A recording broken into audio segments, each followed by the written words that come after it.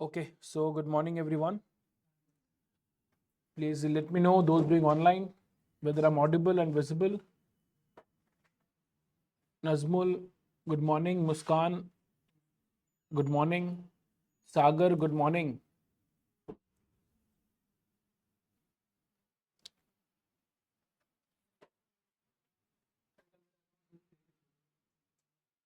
Okay, हाँ क्या बोला?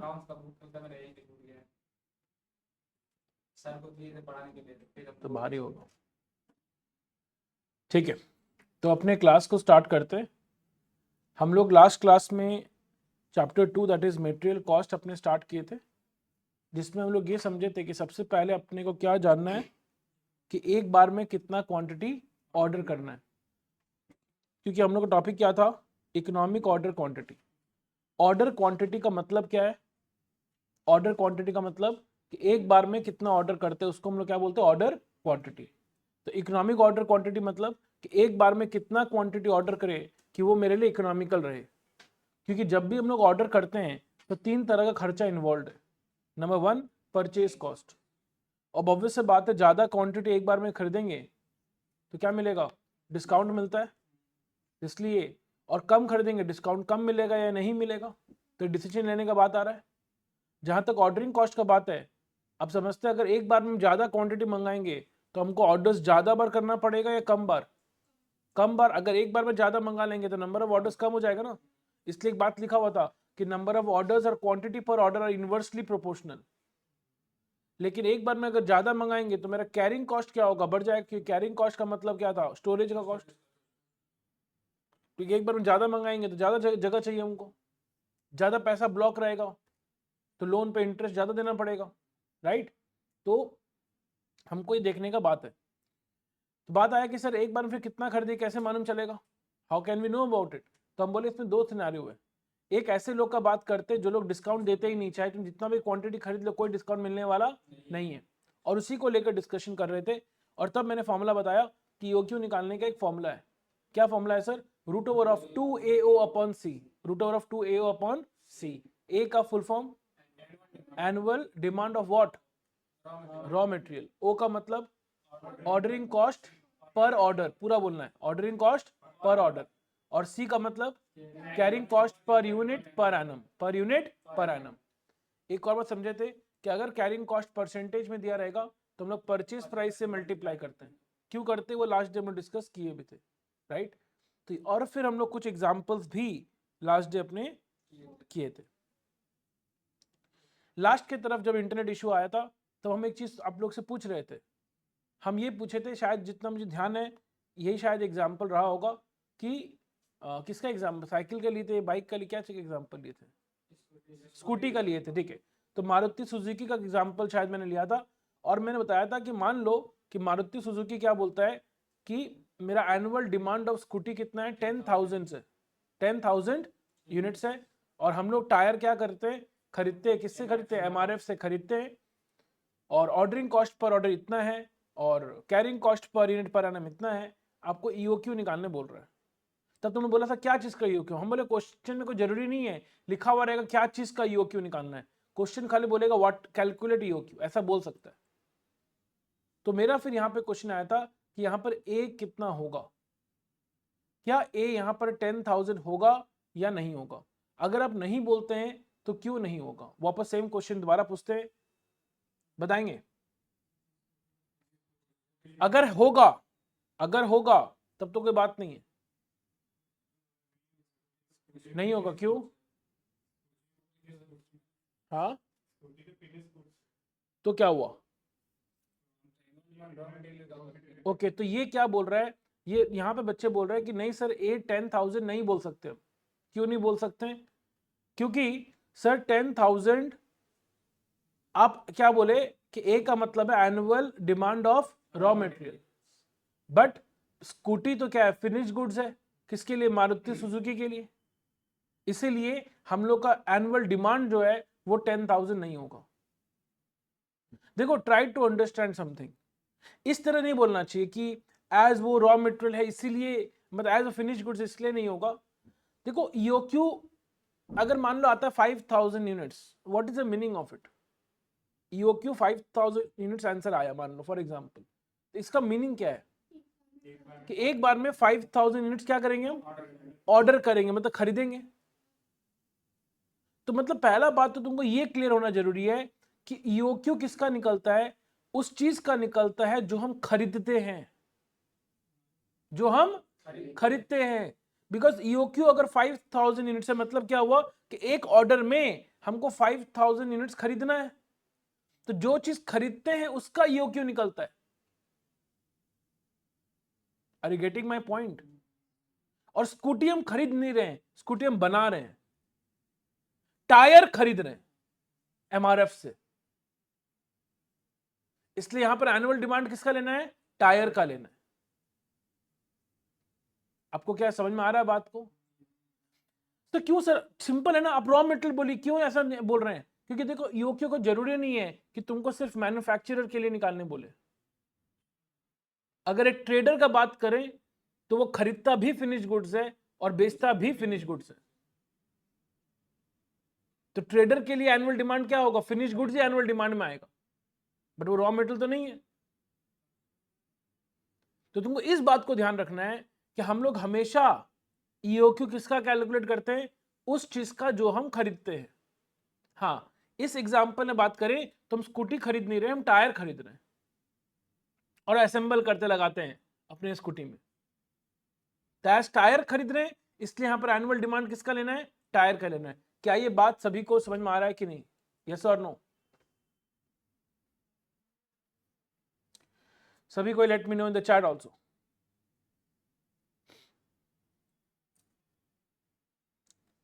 तो अब बताओ ना, एनुअल डिमांड कितना होगा? हाँ, तो कितना होगा?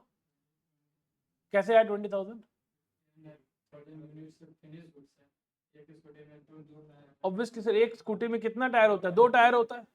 तो अगर स्कूटी का डिमांड 10,000 का है तो टायर का डिमांड कितने का हो गया? 20,000 का। ठीक है ना? पक्का? देखो, उसी लाइन में कुछ यहां बात लिखा है, उसी लाइन में यहां पे कुछ बात लिखा है। क्या लिखा हो देखो, बोलता है EOQ is the best quantity to purchase. ये अपने को ऑलरेडी पता है। Hence we will need demand of raw material, क्योंकि ए का मतलब एनुअल डिमांड किसका था? रॉ मटेरियल का। If demand of raw material is not given then the same can be computed as. कैसे कंप्यूट कर सकते हैं? तो क्या क्या लिखा है लोग, बोलता है annual production of finish goods into input by output. No, what is this? Sir समझ नहीं आया। जैसे मैंने एनुअल डिमांड तुमको किसका दिया था? फिनिश गुड्स का ही तो दिया था। क्या चीज की? 10,000 scooty into input by output, मतलब कि इनपुट आउटपुट का रेशियो देखो, इनपुट आउटपुट का रेशियो। जैसे यहां पर for every 1 scooty we need how many tyres? 2 tyres. मतलब यहाँ इनपुट और आउटपुट का रेशियो क्या हो गया? 2:1। यहां पर इनपुट और आउटपुट का रेशियो क्या हो गया? 2:1। यस और नो? इसलिए बोल रहा है अगर 2:1 है तो क्या लिख दो? इंटू 2/1। तो आंसर क्या आ रहा है? 20,000 ही तो आ रहा है। तो ये फालतू का फॉर्मूला है ना, तुम तो यूनिटरी मेथड से खुद ही कर लिया। एक स्कूटी में 2 टायर लगेगा, 10,000 के लिए कितना लगेगा? 20,000 लगेगा। वो हम कॉमन सेंस से कर लिए, बट उसी का ये फॉर्मूला बनाया है, तो ये कोई नया बात नहीं हो रहा है। Am I clear everyone? किसी को यहां तक कोई डाउट है? पक्का?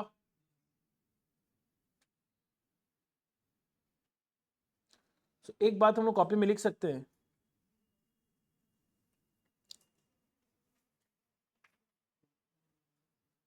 एक बात कॉपी में लिख सकते हैं, EOQ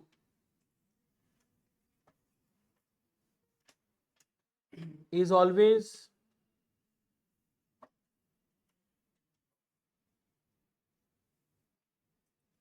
calculated for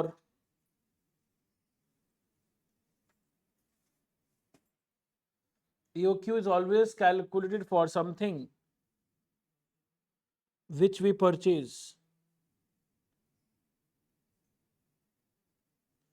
for something which we purchase. Therefore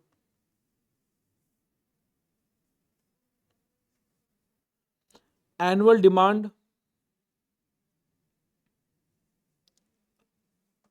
is to be taken. Therefore, annual demand is to be taken for only that item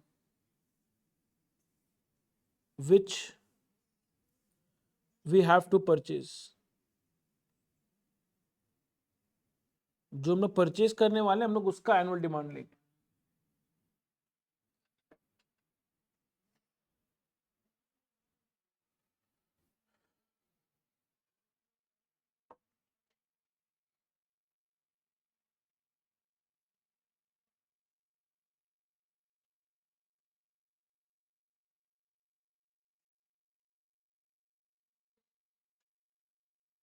ठीक है.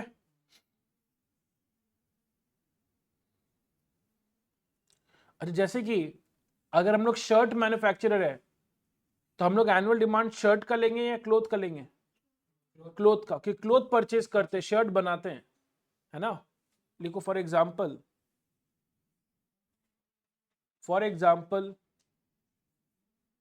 वी मैन्युफैक्चर, फॉर एग्जाम्पल उसमें लिखो we manufacture and sell shirts. We manufacture and sell shirts. We manufacture and sell shirts for which we purchase cloth. For which we purchase cloth. For which we purchase cloth. Full stop. क्या लिखे? For example, we manufacture and sell clothes. We manufacture and sell shirts for which we purchase cloth. Full stop. Here, demand of shirt is not our annual demand. Here, demand of shirt is not our annual demand.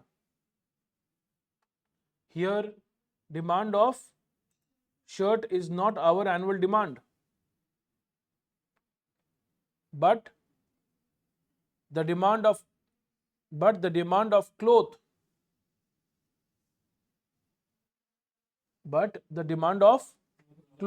is our annual demand for EOQ. But the demand of cloth is our annual demand for EOQ.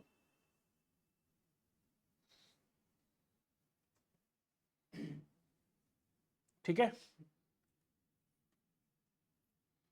अब एक बात बताना, लिखना नहीं है आपको, खाली participate करिएगा. जैसे मान लो क्वेश्चन में ये बोलता है ना कि सेल ऑफ फिनिश गुड्स हम एस्टिमेट किए, इस बार हम सेल कितना करेंगे फिनिश गुड्स? 10,000 करेंगे. बट मेरे पास ओपनिंग स्टॉक भी है, क्या चीज का? फिनिश्ड गुड्स का. वो कितना है सर? 1,000. हमको ईयर के एंड पे क्लोजिंग स्टॉक मेंटेन करना है, ये भी हम एस्टिमेट करते हैं पहले से. ठीक है ना. तो हम एस्टिमेट किए क्लोजिंग स्टॉक कितना मेंटेन करना है? 2,000. और फिर हम ये बताए तुमको कि एक unit of finish goods requires 2 kg of raw material. ठीक है. आपको हमको ये बताना है कि what is the annual requirement of, मतलब ए का वैल्यू यहां पर कितना होगा, तुमको ये बताना है.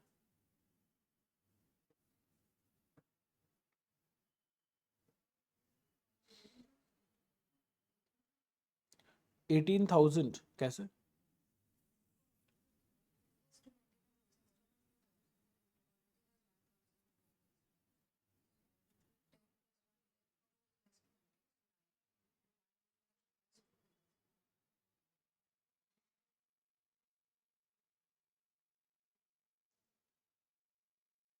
श्योर है कैलकुलेशन? वापस तो क्या बोला तुम? सेल करना है हमको 10,000. ठीक है. फिर also a closing stock of 2,000. We have opening stock कितना? 1,000. हमको सेल करना है 10,000. क्लोजिंग स्टॉक कितना है, कितना चाहिए हमको? 2,000 चाहिए. इसका मतलब टोटल में फिनिश गुड्स का रिक्वायरमेंट कितना है? 12, क्योंकि बेचना है 10,000 और 2,000 क्लोजिंग स्टॉक में रखना है, तो हमको रिक्वायरमेंट 12,000 का है, लेकिन पहले से ओपनिंग स्टॉक में कितना है? 1,000 है। मतलब इस साल हमको कितना फिनिश गुड्स बनाना है? 11,000। तो 9,000 कैसे आया था? समझ आया कि नहीं आया? मेरे को इस साल सेल करना है कितना? 10,000, और हमको क्लोजिंग स्टॉक मेंटेन भी करना है कितना? 2,000 का। मतलब क्या हुआ, मेरे गोडाउन में पूरे साल भर में 12,000 यूनिट्स ऑफ फिनिश गुड्स होना चाहिए कि नहीं होना चाहिए? होगा तब ना 10,000 बेचने के बाद 2,000 क्लोजिंग स्टॉक बचा हुआ रहेगा। अगर 12,000 मेरे गोडाउन में होगा तब तो 10,000 बेचने के बाद 2,000 बचेगा। बोलो हाँ कि नहीं? तो मेरे गोडाउन में 12,000 चाहिए, लेकिन पहले से कितना है मेरे पास? 1,000। मतलब इस साल की प्रोडक्शन कितना करना है? 11,000। लेकिन सर ए का मतलब annual requirement of finish goods होता है, annual demand of finish goods होता है, या annual demand of raw material होता है? Raw material. तो 11,000 can not be A, because A तो ये तो 11,000 क्या फिनिश गुड्स कितना डिमांड है इस साल का, है कि नहीं? तो लेकिन एक यूनिट जो बनाएंगे उसके लिए कितना केजी चाहिए? 2 केजी चाहिए। तो 11,000 बनाने के लिए कितना केजी चाहिए होगा? 22,000। क्या ये कैलकुलेशन आपको समझ में आ रहा है? यस और नो बताएंगे। जिनका जिनका आंसर गलत आया, आपको समझ में आया क्या? जो भी लोग ऑनलाइन में भी 18,000 बोले, आपको समझ में आया calculation? Why it will not be 18,000 and it will be 22,000?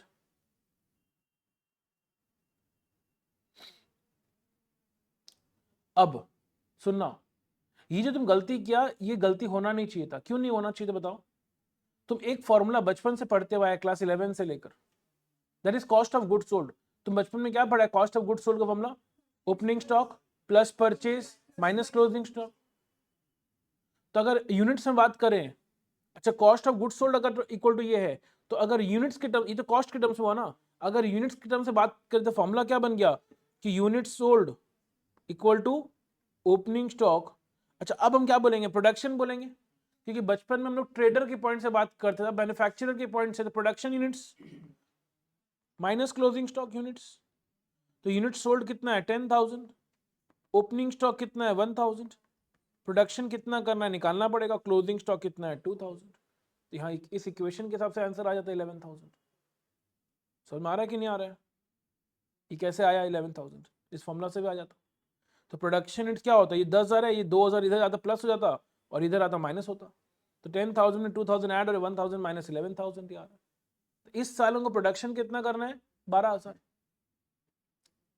अरे इस साल जितना प्रोडक्शन करना होगा उतने का ही तो रॉ मटेरियल खरीदना होगा, क्योंकि तुम किसका निकालता है ईओक्यू? जितना खरीदना है इस साल, अभी बात हुआ ना, जो परचेज करते हैं हम, जितना इस साल प्रोडक्शन करेगा उतना ही तो रॉ मटेरियल खरीदेगा। आपको ये बात समझ में आया क्या? 100% क्लियर है? लेकिन यहां पर अभी तुम जब नोट्स पढ़ेगा ना, तुमको कुछ नया चीज भी मालूम चलेगा, ध्यान देना, और ये बहुत इंपॉर्टेंट भी है।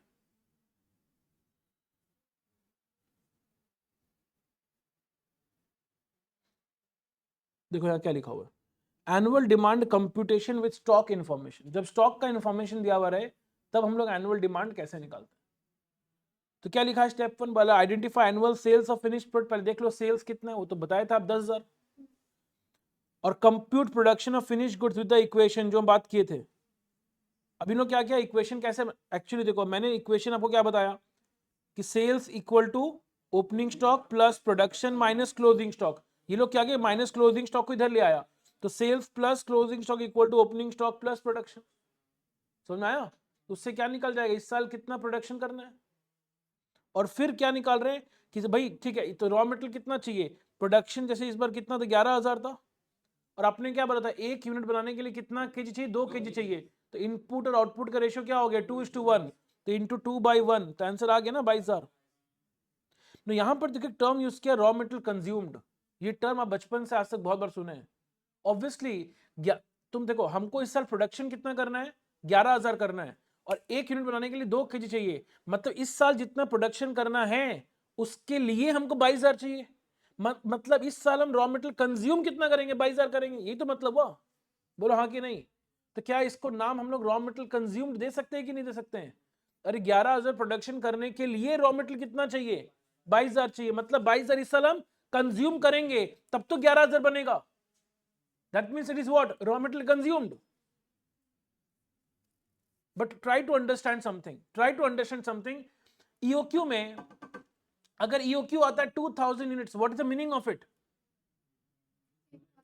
कि एक बार में खरीदना कितना है? 2000। मतलब आप यहां पर किसका बात कर रहे हैं? आप खरीदने का बात कर रहे हैं। I think you understand there is a difference between raw material consumed and raw material purchased. आपको याद होगा फाउंडेशन लेवल में आपने एक चैप्टर पढ़ा था एनपीओ। अब एनपीओ में हम लोग क्या बोलते हैं? रॉ मटेरियल कंज्यूम कैसे आता है? याद करो formula, opening stock of raw material plus purchase of raw material minus closing stock. तो कंज्यूम्ड और परचेज्ड अलग चीज है। और ईओक्यू में अगर 2000 यूनिट्स है, दैट मींस व्हाट? कि हमको रॉ मटेरियल कितना परचेज करना है एक बार में। तो साल भर में जितना बार भी मंगा रहे हैं, मतलब सारा ईओक्यू को अगर ऐड हर बार अगर 2000 का मंगा रहे हैं, मतलब मान लो साल भर में हम लोग को मालूम चला 10 बार मंगाना है और एक बार में कितना मंगाना है? 2000। तो ये 20,000 2000 10 बार जो मंगाया, टोटल कितना आया? 20। ये 20,000 क्या आया? कि साल भर मैंने 20,000 परचेज किया, क्योंकि हर बार 2000 का मतलब है कि एक बार में 2000 परचेज करना है। और अगर हम 10 बार परचेज कर रहे हैं तो ये 20,000 क्या हो गया? कि साल भर में हमको कितना परचेज करना है। तो एनुअल डिमांड का मतलब एनुअल कंजम्पशन नहीं है, एनुअल परचेज है। हाँ, अगर तुमको लगता है, जैसे यहां देखो नीचे वही बात लिखा हुआ भी है, स्टेप 4 में वही लिखा हुआ है कि कंप्यूट रॉ मटेरियल परचेज, क्योंकि आपको परचेज निकालना है। और वो कैसे निकलेगा? फॉर्मूला जो तुम बचपन में पढ़ा है कि raw material consumed equal to क्या होता है? Opening stock plus purchase minus closing stock. हाँ, ये अलग बात है। क्वेश्चन में अगर रॉ मेट अच्छा, ये जो ओपनिंग स्टॉक और क्लोजिंग स्टॉक का बात हो रही है, कौन सा स्टॉक का बात हो रहा है? रॉ मटेरियल का ओपनिंग और क्लोजिंग। और ऊपर में जो बात हो रहा था, ये किसका बात हो रहा था? फिनिश गुड्स का ओपनिंग और क्लोजिंग का बात हो रहा था। तो अगर क्वेश्चन में रॉ मटेरियल का स्टॉक का इंफॉर्मेशन नहीं दे तो हम क्या मानेंगे? जितना कंज्यूम्ड है उतना ही परचेज है। कोई स्टॉक रहता नहीं है, तो जितना कंज्यूम करना है उतना ही परचेज करना है। इसीलिए अभी जो एग्जांपल मैंने लिया था उसमें एनुअल डिमांड कितना बोले? 22,000, क्योंकि वहां मैंने रॉ मटेरियल का स्टॉक के बारे में तुमको कुछ बताया ही नहीं। आपको समझ में आ रहा है कि नहीं आ रहा है? पक्का 100%? तो ये बहुत इंपॉर्टेंट है, इसको अपने को ध्यान रखना है। बहुत ही कम सम होगा जहां पर बहुत ही कम सम होगा जहां पर तुमको रॉ मटेरियल का स्टॉक दिया हुआ रहेगा। कुछ कुछ सम में होगा, बहुत रेयर सम में होगा। इसीलिए जनरली हम लोग हैबिट क्या होने वाला है? जितना कंज्यूम्ड है हम लोग उसी को क्या मानने वाले हैं? एनुअल डिमांड मानने वाले हैं। बट ये बात को भी नहीं भूलना है, बट ये बात को भी नहीं भूलना है कि अगर स्टॉक दिया हुआ रहे तो एनुअल डिमांड का मतलब एक्चुअल में क्या है? Units purchased. ठीक है? क्या हुआ? सागर क्या बोला? सर वीडियो क्वालिटी क्लियर नहीं है। मतलब वीडियो क्वालिटी मतलब बोर्ड ठीक से आपको नहीं दिख रहा है, या मेरा इमेज तुमको ठीक से नहीं दिख रहा है? क्या चीज के लिए बोल रहे हो? बोर्ड ऐसे तो होना नहीं चाहिए। एक बार चेक करो, क्लियर है सर? एक बार आप लोग भी चेक करो तो। हाँ, एक बार तुम लोग भी चेक कर लो यहाँ से।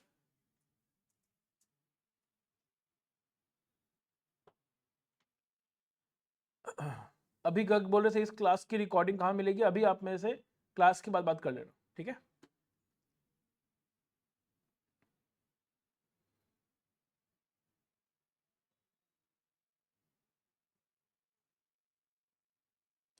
बोर्ड क्लियरली दिख रहा है? चलिए ठीक है, बंद कर दो आप लोग सामने बैठ के। क्लियर है सागर? शायद आपका कुछ इंटरनेट इशू है, ठीक है?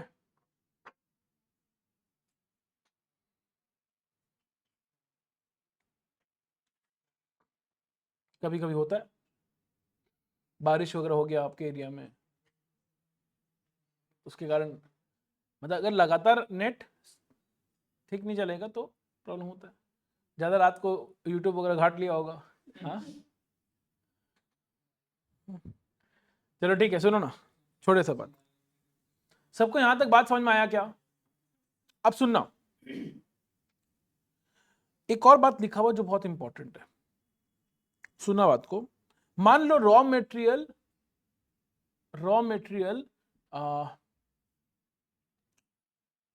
कितना रॉ मटेरियल स्टॉक है ना, वो दिया हुआ नहीं है। तो अगर रॉ मटेरियल का स्टॉक नहीं दिया हुआ है तो annual demand of raw material हम क्या लेंगे? जितना रॉ मटेरियल कंज्यूम्ड होगा, क्योंकि स्टॉक का इंफॉर्मेशन ही नहीं है। अब प्रॉब्लम क्या है, रॉ मटेरियल कंज्यूम्ड के लिए ना इंफॉर्मेशन ही नहीं है। क्या बोले हम? रॉ मटेरियल कंज्यूम्ड के लिए इंफॉर्मेशन क्या चाहिए कि sir 1 unit of finished goods के लिए कितना रॉ मटेरियल चाहिए, वो बताना पड़ेगा ना, तब तो जितना एनुअल प्रोडक्शन होगा उससे निकालेंगे हम। लेकिन एक बात जरूर दिया हुआ क्वेश्चन में, क्या दिया पता है? क्वेश्चन में दिया है एवरेज, क्वेश्चन में क्या दिया सुनना, average consumption, average raw material consumption दिया हुआ पर डे का, वो एक सर्टेन अमाउंट दिया हुआ है। थोड़ा बुद्धि लगाओ, एक बात बताओ, अगर हमको एवरेज कंजम्पशन पर डे निकालना हो तो वो कैसे निकलेगा? सर टोटल हम साल भर में कितना कंज्यूम किए वो चाहिए, मतलब उसी को तो बोलेंगे रॉ मटेरियल कंज्यूम्ड, वही तो एनुअल हो गया ना। और डिवाइड किससे करोगे? तो 365 से, तब उससे क्या आएगा? एवरेज कंजम्पशन पर डे का आएगा। तो अगर एवरेज कंजम्पशन पर डे पता है, तुम एक सोचो, तो यहां एक बात बताओ, अगर यही फॉर्मूला है तब यहां से रॉ मटेरियल कंज्यूम कैसे आ जाएगा? 365 इंटू एवरेज कंजम्पशन। तो अगर क्वेश्चन में एवरेज कंजम्पशन दिया है और हमको रॉ मटेरियल कंज्यूम चाहिए, तो क्या करेंगे हम? 365 से उसको मल्टीप्लाई कर लेंगे, तो मालूम चल जाएगा रॉ मटेरियल कंज्यूम कितना है। मान लो एवरेज कंजम्पशन पर वीक अगर दिया हुआ है, तो रॉ मटेरियल कंज्यूम्ड अगर निकालना है, इंटू क्या कर लेंगे? 52। अगर तुमको एवरेज कंजम्पशन पर मंथ दिया हुआ है तो इंटू किससे कर लेंगे? इंटू 12। करेक्ट है। तो ऐसा भी स्टोरी क्वेश्चन में हो सकता है जहां पर स्टॉक का, फिनिश गुड्स का भी स्टॉक का इंफॉर्मेशन नहीं है, राइट, बट क्वेश्चन में एवरेज कंजम्पशन तुमको दिया हुआ रहे, तो वहां से भी हम लोग क्या कर सकते हैं? रॉ मटेरियल कंज्यूम्ड निकाल सकते हैं। वही बात यहां पर भी लिखा हुआ है फॉर्मूला नंबर 2 में, सब कुछ लिखा हुआ है, उसके लिए कोई टेंशन नहीं है। नॉर्म, अच्छा, एवरेज कंजम, एवरेज को नॉर्मल भी बोलते हैं, तो कहीं पर भी कॉस्टिंग में ध्यान रखना नॉर्मल वर्ड लिखा हुआ है, तो नॉर्मल का मतलब ही क्या होता है? एवरेज। ठीक है, जैसे आपने देखा था कल का नोट्स मैंने शेयर किया था ग्रुप में, है ना, वैसे डेली बेसिस में शेयर होगा, उसके लिए आपको टेंशन नहीं लेना, जो भी चीज हम यहाँ लिख रहे हैं मतलब आपको भी मिल जाएगा। तो नॉर्मल का मतलब क्या हुआ? एवरेज। हाँ, जहां हम बोलेंगे कॉपी में लिखना मतलब वो यहाँ नहीं है तभी लिखना है, राइट। तो नॉर्मल या फिर एवरेज कंजम्पशन अगर पर वीक है तो इंटू 52 करेंगे, अगर नॉर्मल कंजम्पशन पर मंथ है इंटू 12 मंथ्स करेंगे, और पर डे है तो इंटू 365 करेंगे। परफेक्ट। और ये वाला बात तो हुआ ही था। किसी को यहां तक कोई भी तरह का डाउट है? पक्का? चले आगे, इस वाले पार्ट में हम बाद में आ रहे हैं।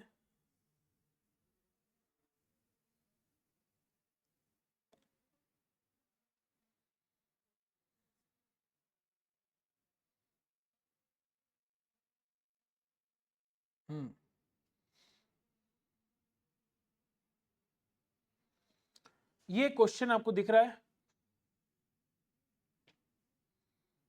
हम अपना इमेज को हटा देते हैं ताकि क्वेश्चन आपको क्लियरली दिख जाए। ठीक है, तो क्वेश्चन आपको दिख रहा है क्लियरली एकदम। इस क्वेश्चन को आपको सॉल्व करना है। क्वेश्चन क्या पढ़ते साथ में, क्वेश्चन यहाँ पे क्या लिख रहा है? सेल्स ऑफ फिनिश्ड प्रोडक्ट कितना लिखा हुआ है? 1 लाख यूनिट्स। क्लोजिंग स्टॉक कितना बोल रहा है? 12,000 यूनिट्स। क्लोजिंग स्टॉक कितना है? 12,000 units. And the same was 20% more than the opening stock. 2 units of raw material is needed to produce 1 unit of finished product। मतलब 1 यूनिट बनाने के लिए कितना रॉ मटेरियल चाहिए? 2 यूनिट चाहिए। मतलब यहां से हमको इनपुट और आउटपुट का रेशियो मिल गया। क्या रेशियो है? 2:1। इनपुट, अगर इनपुट 2 चाहिए for 1 unit of output. Opening stock of raw material दिया हुआ 5,000 और closing stock was double of the opening stock of raw material. तुमको पूछ रहा है annual purchase of raw material कितना होगा, ये बताइए। और साथ में कंजम्पशन पर डे निकालने बोल रहा हूँ from assume 360 days in a year, तो ऑब्वियसली कंजम्पशन अगर पर डे निकालना वो कैसे निकलेगा, डिवाइड बाय 3, मतलब एनुअल कंजम्पशन को डिवाइड किससे करेंगे 360 से, 360 ना, क्वेश्चन बोल रहा है 360 days in a year, right. पहले तो एनुअल परचेज निकालिए, देखते हैं क्या करते हैं आप।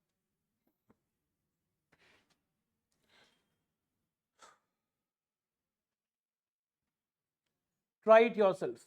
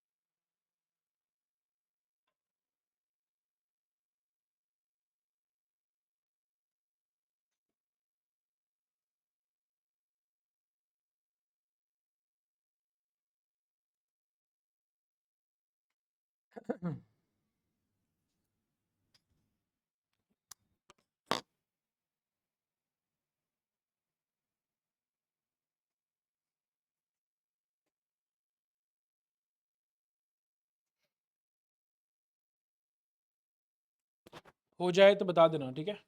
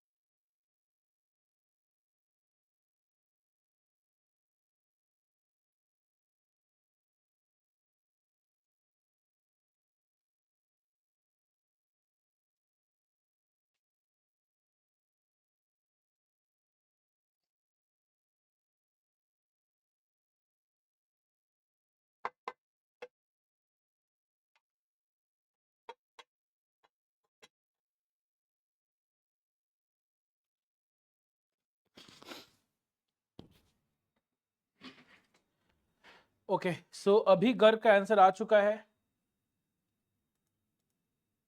और सागर बोल रहे सर नहीं हो रहा है।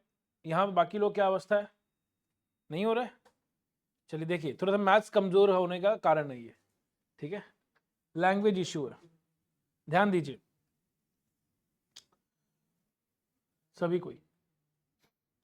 सेल्स ऑफ फिनिश्ड प्रोडक्ट कितना है, 1 लाख है, क्लोजिंग स्टॉक 12,000 है, एंड द सेम वाज, मतलब किसका बात हो रहा है, क्लोजिंग स्टॉक का।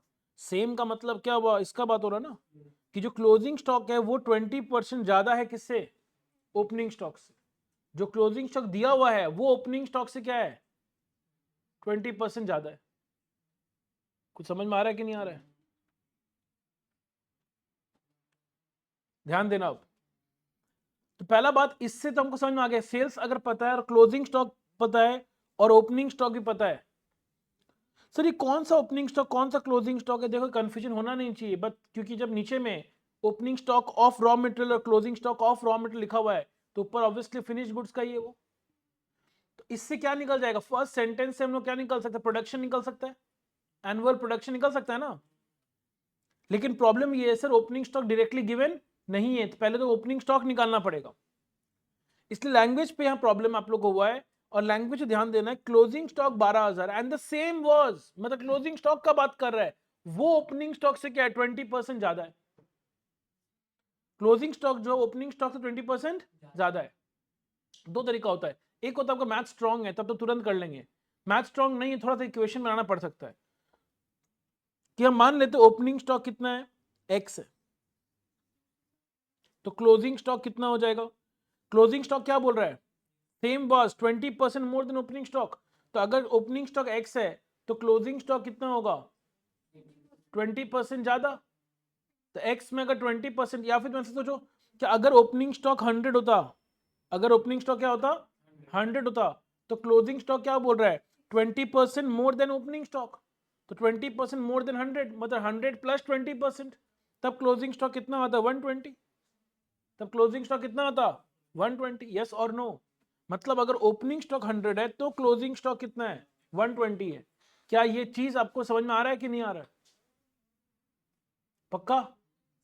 मतलब ओपनिंग स्टॉक और क्लोजिंग स्टॉक का एक तरह से हमको रेशियो मिल गया, 100 अगर है तो ये 120 है, और तुमको क्लोजिंग स्टॉक पता है कितना है, 12,000 है, तो ओपनिंग स्टॉक कितना होगा तुमको ये निकालना है, यूनिटरी मेथड। 120 के बदले 12,000, तो 100 के बदले कितना, 10,000। और ऐसे सोचो कि अगर क्वेश्चन बोला closing stock was 20% more than opening stock, 20% more than opening stock मतलब कि क्लोजिंग स्टॉक ओपनिंग स्टॉक का 120% है, क्लोजिंग स्टॉक ओपनिंग स्टॉक का 120% है। क्या ये बात समझ में आ रहा है कि नहीं आ रहा, मैथ्स यस और नो। तो क्लोजिंग स्टॉक क्या है, बात को समझिएगा, तब इतना करने का रिक्वायरमेंट ही नहीं पड़ता। तो क्लोजिंग स्टॉक क्या है, ओपनिंग स्टॉक से 20% ज्यादा है, मतलब क्लोजिंग स्टॉक क्या है, 120% है किसका, ओपनिंग स्टॉक का। क्लोजिंग स्टॉक कितना है, 12,000 equal to 120% of opening stock. तो ओपनिंग स्टॉक क्या होगा, 12,000 बाई 120%, 12,000 को 120% से डिवाइड करो, 10,000। तो ओपनिंग स्टॉक कितना आ गया, 10,000 आ गया। सभी को समझ में आया।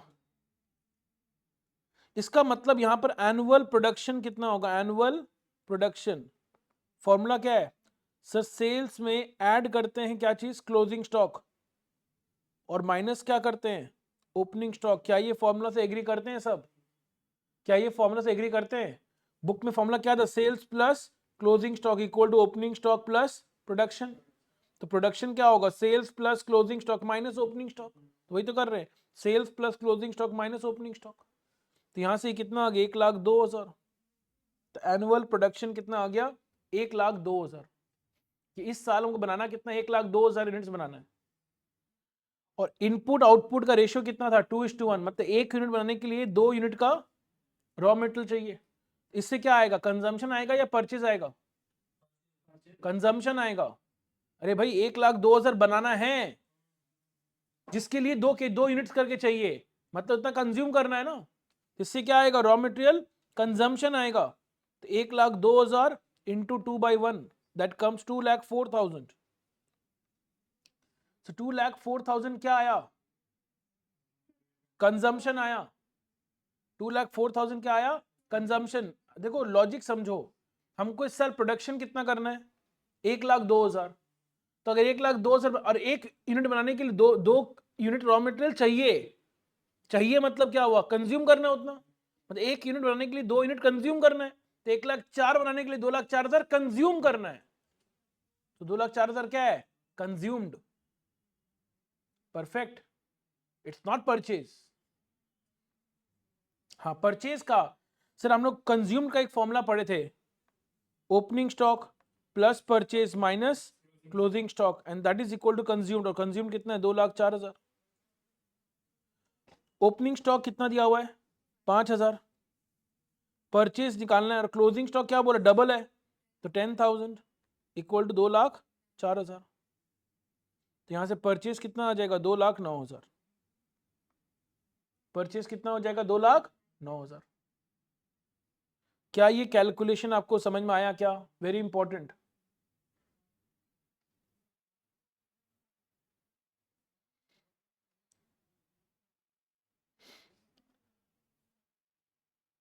सभी कंफर्म करेंगे, इज इट क्लियर और नॉट।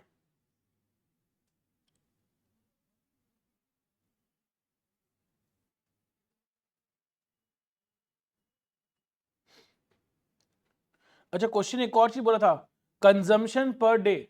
अच्छा, पर डे निकालने के लिए परचेज को यूज करेंगे कि कंजम्पशन को यूज करेंगे, कंजम्पशन को।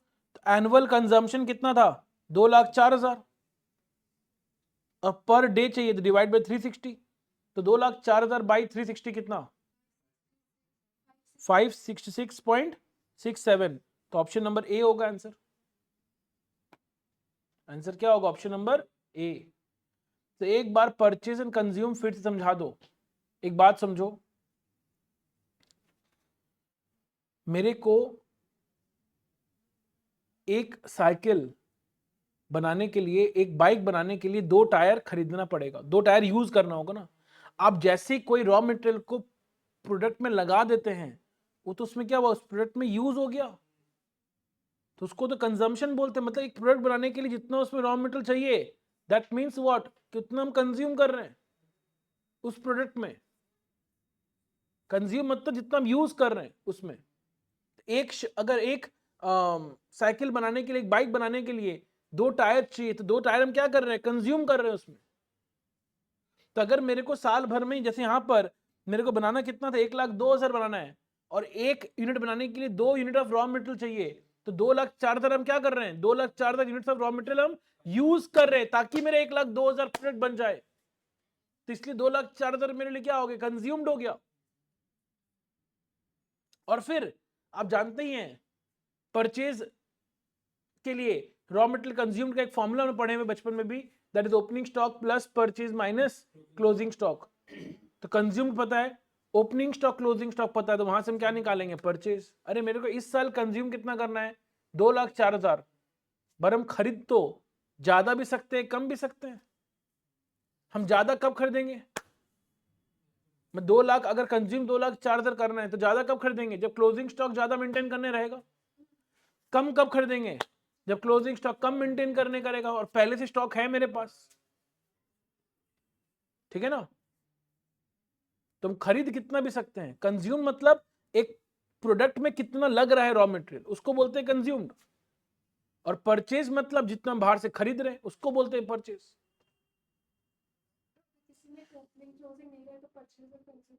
करेक्ट। अब अगर मान लो ओपनिंग स्टॉक क्लोजिंग स्टॉक कुछ दिया हुआ ही नहीं है, तब सोचो इस साल हमको जितना प्रोड्यूस करना है, उसके लिए रॉ मटेरियल कितना चाहिए, उसके लिए चाहिए 2,04,000। आपको स्टॉक ही नहीं है, तो हम क्या बोलेंगे, यही खरीदना है 2,04,000, क्योंकि आपको स्टॉक कुछ मेंटेन ही नहीं करना है। क्या आपको ये बात पूरी तरीके से समझ में आया क्या। यस, मुस्कान बताएंगे।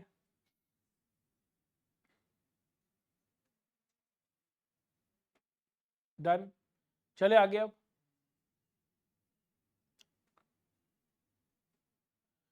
एक बात और जो इस वाले एग्जाम्पल में काम आएगा, ये जो एग्जाम्पल एक दिया हुआ ना यहाँ पर, इस एग्जाम्पल में ये बात काम आने वाला है, इसलिए हम पहले आपको बता देते हैं, मतलब लिखना भी आपको उसको है, और उसके बाद हम लोग इस एग्जाम्पल को देखेंगे। यहाँ जो एग्जाम्पल एक नीचे दिया हुआ ना, एग्जाम्पल वाला, इस वाले एग्जाम्पल का बात कर रहे हैं। इस वाले एग्जाम्पल में एक पॉइंट है, बात को सुनिएगा खाली। कभी कभी क्वेश्चन ऐसा होगा, जैसे अभी तक क्वेश्चन में क्या था, ऑर्डरिंग कॉस्ट पर ऑर्डर इतना, carrying cost per unit per annum इतना। इस एग्जाम्पल में क्या होगा, ऐसा लिखा हुआ मिलेगा, सुनना, क्वेश्चन बोलेगा freight incurred per order equal to 100 rupees, transit insurance per order कितना 200 रुपीज। तो मेरा क्वेश्चन है तुम ओ का वैल्यू कितना लेगा? ऑब्वियसली दोनों को क्या कर देंगे, ऐड कर देंगे हम। अगर दोनों अलग अलग दिया, फ्रेट भी ऑर्डरिंग कॉस्ट है और ट्रांजिट इंश्योरेंस भी ऑर्डरिंग कॉस्ट है, तो हम दोनों क्या कर देंगे, ऐड कर देंगे।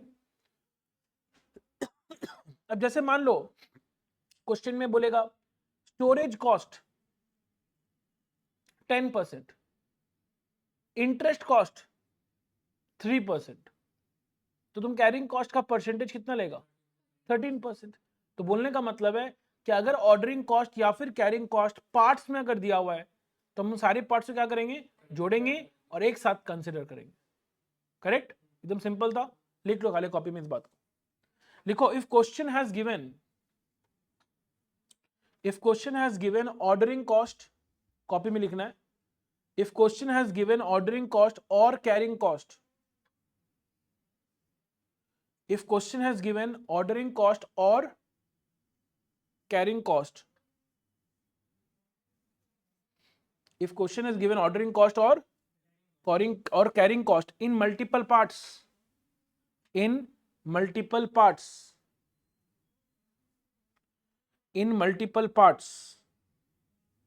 then all the parts will be added together, then all the parts will be added together, then all the parts will be added together to get, then all the parts will be added together to get full ordering cost per order, then all the parts will be added to get full ordering cost per order and full carrying cost per unit per annum, and full carrying cost per unit per annum, and full carrying cost per unit per annum।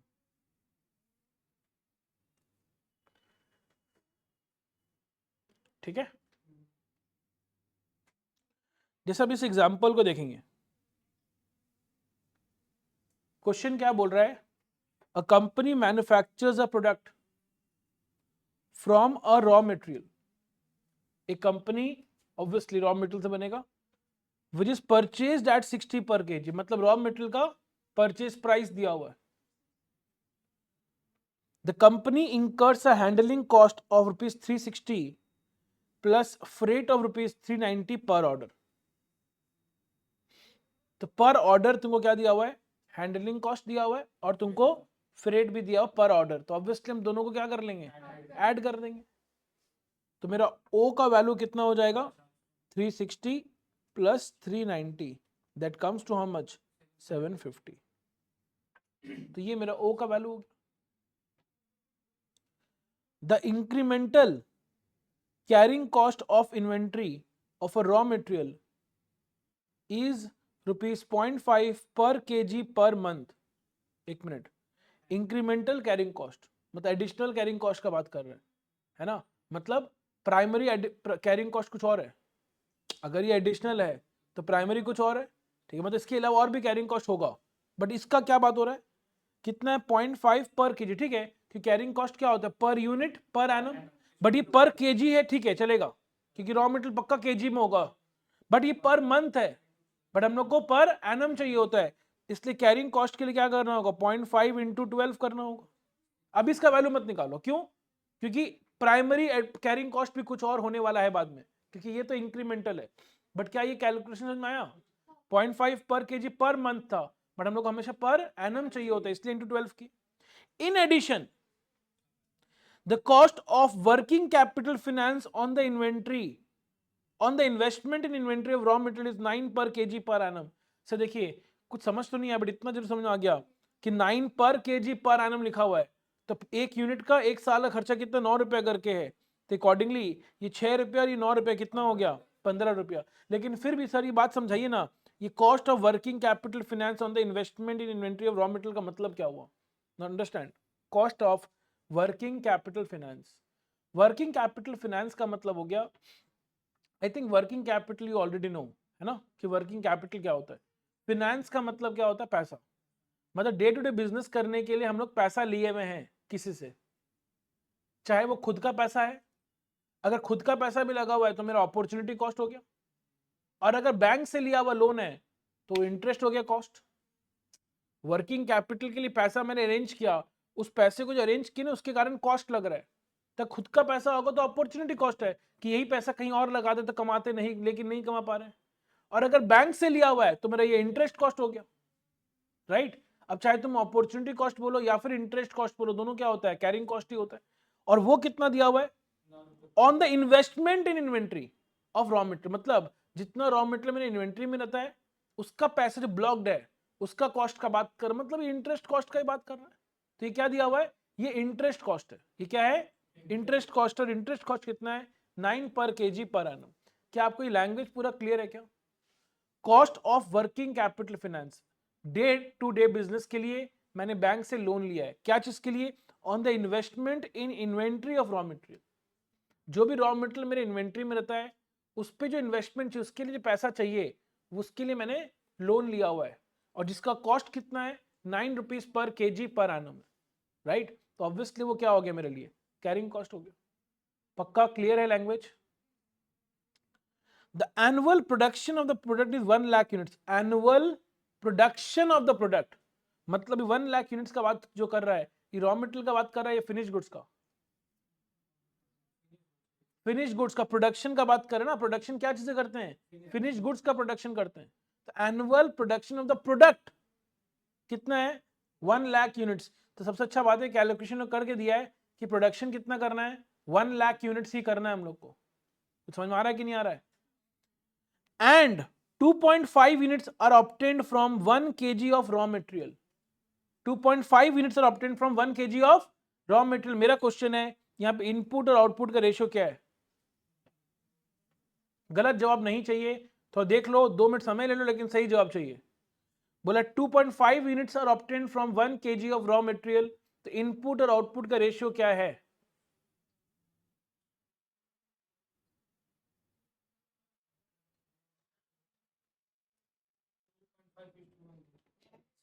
One is to 2.5। ध्यान दो। अच्छा, input का मतलब क्या चीज का होता है, इनपुट मतलब रॉ मटेरियल ना, और आउटपुट मतलब फिनिश गुड्स। तो यहां पे क्या लिखा है, 2.5 units are obtained from 1 kg of raw material. मतलब अगर रॉ मटेरियल 1 kg होगा तो फिनिश गुड्स कितना आता है, 2.5 आता है। तो यहां पर तो इनपुट अगर मतलब from 1 kg of raw material, अगर 1 kg होगा रॉ मटेरियल का तो आउटपुट 2.5 है। तो इनपुट आउटपुट का रेशियो क्या हो गया, 1:2.5। क्या ये बात आपको समझ में आया कि नहीं आया, पक्का तो। और सर आप कंज्यूम्ड निकालने के एक तरीका किए थे, जितना एनुअल प्रोडक्शन है into input by output, into input by output, ये था ना। तो एनुअल प्रोडक्शन कितना है, 1 लाख, इनटू इनपुट कितना 1 और आउटपुट 2.5, इट कम्स टू 40,000। तो ए का वैल्यू कितना होगा, 40,000 होगा। क्या ये बात आपको समझ में आया कि नहीं आया, ऑब्वियसली 40,000 kg होगा। क्या ये कैलकुलेशन आपको समझ में आया है, किसी को डाउट है आप पूछ सकते हैं। Try to understand. ये annual production of the product मतलब फिनिश गुड्स का बात कर रहा है, और क्वेश्चन बोल रहा है 2.5 units are obtained from 1 kg of raw material. मतलब अगर रॉ मटेरियल 1 kg होगा तो उससे आउटपुट कितना बनता है, 2.5 यूनिट्स बनता है। मतलब 2.5 यूनिट्स बनाने के लिए कितना kg चाहिए, 1 kg चाहिए। तो 1 लाख बनाने के लिए कितना चाहिए, यूनिटरी मेथड। 2.5 के लिए 1 kg चाहिए, तो 1 लाख के लिए कितना चाहिए, 1/2.5 हो जाएगा ना। ये तो यूनिटरी मेथड का बात हो रहा है, कोई रटने का बात नहीं है कि इनपुट बाय आउटपुट ही करते हैं। ठीक है, रट भी देंगे तब भी आंसर आ जाएगा, लेकिन समझना भी चाहिए अपने को, ये तो यूनिटरी मेथड का बात हो रहा है कि अगर हमको 2.5 यूनिट्स बनाना है तो उसके लिए रॉ मटेरियल कितना चाहिए, 1 kg चाहिए। तो अगर हमको 1 लाख यूनिट्स बनाना है तो उसके लिए कितना चाहिए, 2.5 में अगर 1 है तो 1 लाख में 1/2.5 इंटू 1 लाख ना, तो आ गया 40,000। बस अब फॉर्मूला को यूज, क्वेश्चन क्या करने बोले हमको, how much is the EOQ. तो तुमको ए मालूम चल गया, तुमको ओ मालूम चल गया, तुमको सी मालूम चल गया, तो ईओक्यू निकलेगा कि नहीं निकलेगा, निकल जाएगा। ईओक्यू का फॉर्मूला है रूट ओवर ऑफ 2 इंटू ए कितना है 40,000 ओ कितना है 750 बाई सी कितना है 15, कितना आ रहा है answer 2000 kg, 2000 kg not units, finish goods units में, रॉ मटेरियल तो यहाँ पर केजी में, इसलिए आंसर क्या होगा बी होगा।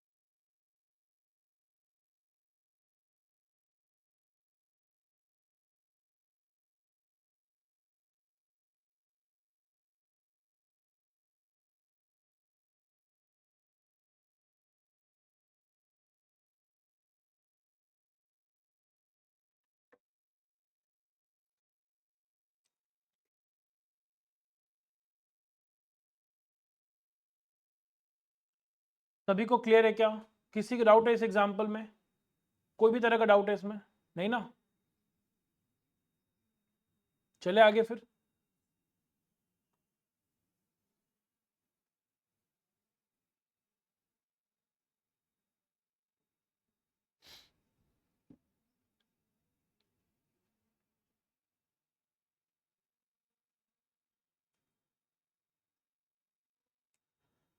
ओके,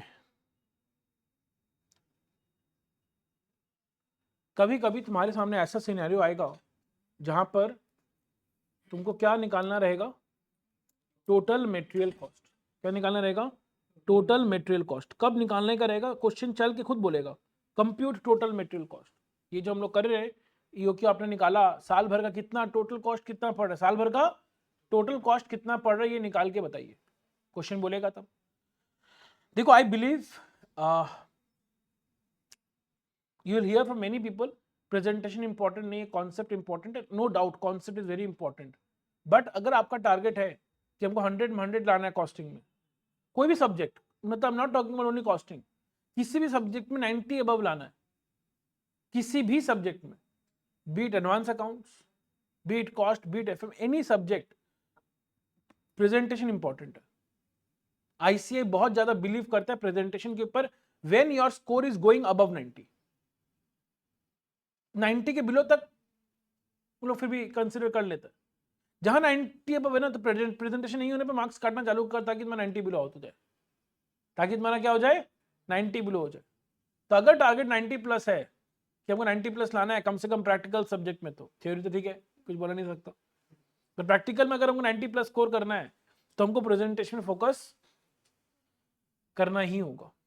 ठीक है, और इसलिए यहां पर मैंने एक फॉर्मेट भी दिया है, ऐसा नहीं है आपको याद करना है, बट पॉइंट ये है, अगर आप माइंड में सोचेंगे ना कि हमको क्या क्या निकालना है, तो आप देखेंगे यही तो फॉर्मेट होना चाहिए, और क्या होगा, इसके अलावा फॉर्मेट ही नहीं हो सकता।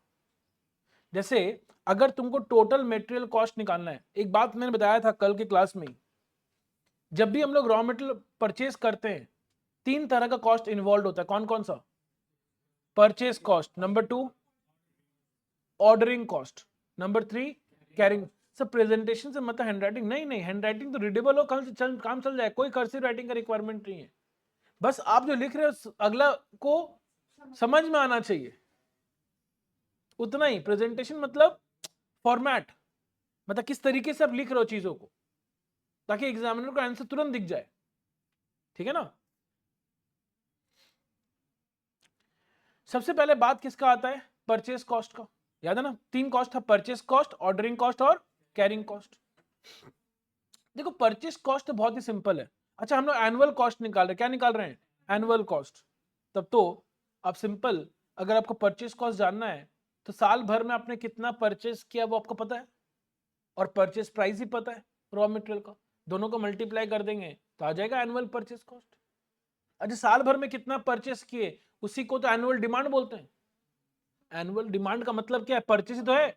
जो सेकंड टॉपिक जो हम बता रहे थे कि consumed is not raw material पर मतलब raw material consumed is not annual demand of raw material, rather raw material purchased is the annual demand. तो एनुअल डिमांड का मतलब ही तो क्या हुआ? Raw material purchased. और उसको अगर परचेस प्राइस से मल्टीप्लाई कर देंगे तो एनुअल परचेस कॉस्ट आ जाएगा। तो यहां वही लोग किया है, देखो लास्ट में किया ये चीज, हम लोग पहले भी कर सकते हैं। कोई देखो इसका मतलब ये नहीं कि आपको ये सीक्वेंस को याद रखना है।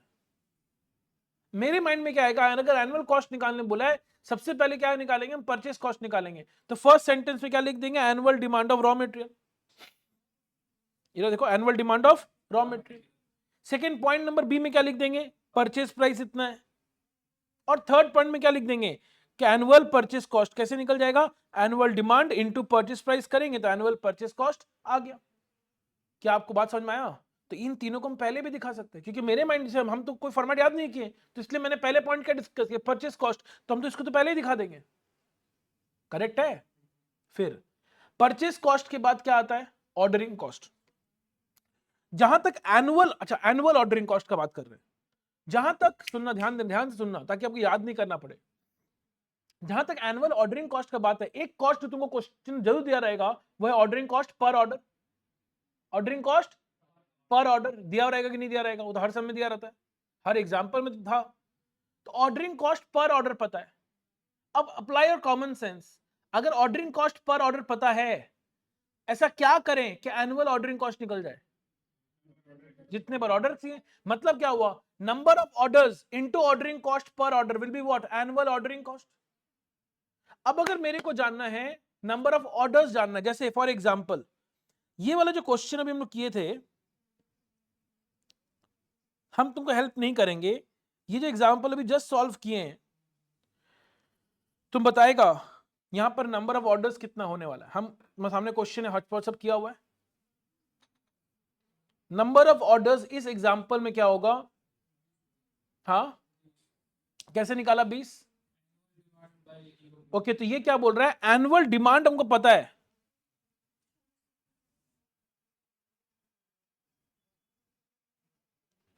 एनुअल डिमांड पता है कितना है? 40,000 है। अच्छा एनुअल डिमांड 40,000 का मतलब क्या है? कि हमको साल भर में परचेज कितना करना है? 40,000 परचेज करना है। और ईओक्यू कितना आया था? 2,000 केजी। इसका मतलब क्या है कि एक बार में हम कितना मंगाएंगे? 2,000 मंगाएंगे। अप्लाई कॉमन सेंस, कोई फॉर्मूला का बात नहीं हो रहा है यहां पर। हमको साल भर में परचेज कितना करना है? 40,000 केजी परचेज करना है। ईओक्यू आया 2,000 केजी। इसका मतलब क्या है? एक ऑर्डर में हम 2,000 केजी मंगाएंगे। तो कितने बार ऑर्डर करेंगे कि 40,000 केजी आ जाएगा? 20 बार ऑर्डर करेंगे तब तो आएगा। अगर एक ऑर्डर में 2,000 आ रहा है तो 20 ऑर्डर में ही तो 40,000 आएगा ना। तो नंबर ऑफ ऑर्डर्स कितना हो गया? 20 हो गया। हाँ फॉर्मूला वाइज बात करें तो फॉर्मूला बन भी गया इनडायरेक्टली। क्या फॉर्मूला बना कि सर एनुअल डिमांड को आप क्या कीजिए? ईओक्यू से डिवाइड कर लीजिए। रादर वी शुड नॉट से EOQ but order quantity. Sir ऐसा क्यों? ईओक्यू क्यों नहीं बोल रहे आप? क्योंकि हर कंपनी ईओक्यू फॉलो करता हो ये कोई जरूरी नहीं है। हाँ ईओक्यू भी एक ऑर्डर क्वांटिटी है, तो अगर कंपनी ईओक्यू फॉलो कर रहा है तो डिवाइड हम ईओक्यू से करेंगे। बट कभी कभी ऐसा समय आएगा जहां क्वेश्चन बोलेगा नहीं नहीं हम लोग ईओक्यू को पॉलिसी को नहीं मानते हैं, हम लोग अपना ऑर्डर क्वांटिटी है। तो जितना रहेगा ऑर्डर क्वांटिटी उससे डिवाइड होगा। इससे क्या आएगा? Number of orders. और फिर ऑर्डरिंग कॉस्ट पर ऑर्डर पता है, उससे मल्टीप्लाई कर देंगे तो क्या आ जाएगा? Annual ordering cost. यस और नो?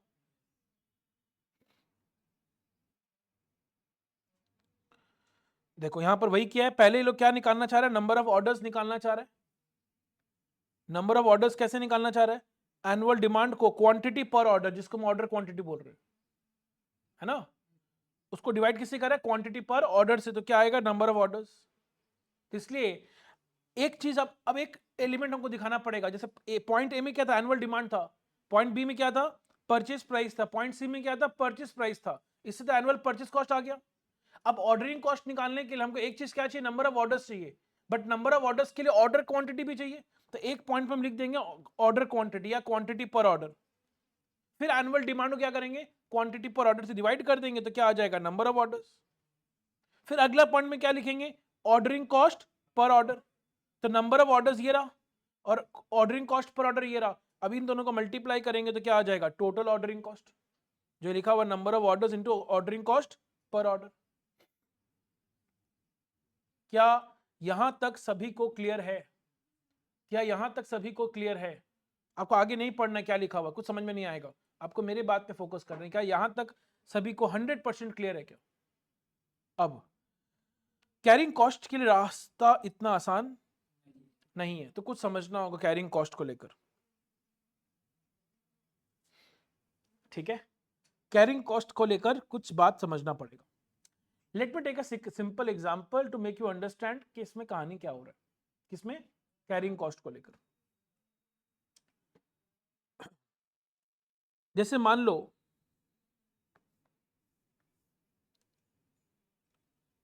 एनुअल डिमांड वो कितना है, 3600 units. Let us take an example, ये 3600 केजी लिख लो, ठीक है? अच्छा ईओक्यू पता आपने निकाला हुआ है, ईओक्यू कितना है, वो 100 केजी। कैलकुलेशन को सिंपल रखने के लिए हम अज्यूम कर रहे हैं कि number of days in a year वो कितना है, 360 डेज। परफेक्ट। अब एक स्टोरी को समझना, जैसे हम एक ग्राफ के थ्रू तुमको बता रहे हैं। जैसे मान लो यहां पर डेज है और यहां पर स्टॉक है, ये डे 0 हो गया, फिर ये day 1, day 2, day 3, day 4, day 5, day 6, day 7, day 8, day 9, day 10, फिर day 11, day 12, day 13, day 14 and so on. 360 दिन है साल भर में। आज सबसे पहले हम क्या किए होंगे, सबसे पहले तो 100 केजी में ऑर्डर, क्योंकि ईओक्यू जब निकाल चुके हैं 100 केजी, सबसे पहले आज हम क्या, आज मतलब जीरो में बोल रहे हैं, आज हम क्या किए होंगे, 100 केजी पहले रॉ मटेरियल मंगाए होंगे। मान लो ये है लेवल कितने का, 100 का, मतलब आज का स्टॉक लेवल कितना है, 100 है। और फिर धीरे धीरे क्या होगा, ये 100 बढ़ते जाए, कैसे जाएगा, डिक्रीज होगा ना। अरे आज तुम 100 मंगाया, अब तो तुम क्या करेगा, फिनिश गुड्स बनाने के लिए रॉ मटेरियल कंज्यूम करेगा, तो तुम्हारा स्टॉक कम होता, क्योंकि यहाँ क्या लिखे हम, स्टॉक लिखे ना, तो स्टॉक तो क्या होता जाएगा, कम होते जाएगा। कम होगा कि नहीं होगा, कंज्यूम करेंगे तो कम ही होगा ना, बढ़ कैसे जाएगा स्टॉक। अरे जितना खरीद से वैसे स्टॉक कैसे हो जाएगा, ठीक है? हम एक बार में 100 ही खरीद रहे हैं ना, ठीक है? तो इतना मेरा स्टॉक है, अब कंज्यूम होगा। एक चीज सोचो ना, क्या तुम दिमाग लगाए बता पाएगा ये 100 केजी कितने दिन में खत्म होगा, ये 100 केजी कितने दिन में खत्म होगा?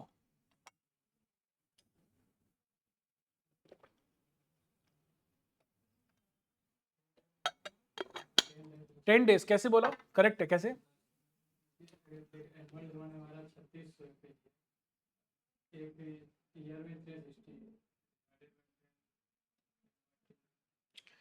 मतलब हम उसको ठीक से बता रहे हैं। जैसे देखो हम लोग एक बार में कितना मंगा रहे हैं, एक बार में 100 केजी मंगा रहे हैं ना, जबकि एनुअल डिमांड कितना है, 3600 केजी है। तो क्या लगता है एक साल में हम कितने बार मंगा रहे हैं, ऑर्डर कितने बार प्लेस कर रहे हैं, 36 बार ना। अरे अगर एक बार में 100 मंगा रहे हैं और एनुअल डिमांड 3600 केजी का है, तो हम ऑर्डर कितने बार कर रहे हैं, 36 बार कर रहे हैं कि नहीं कर रहे हैं, कर रहे हैं।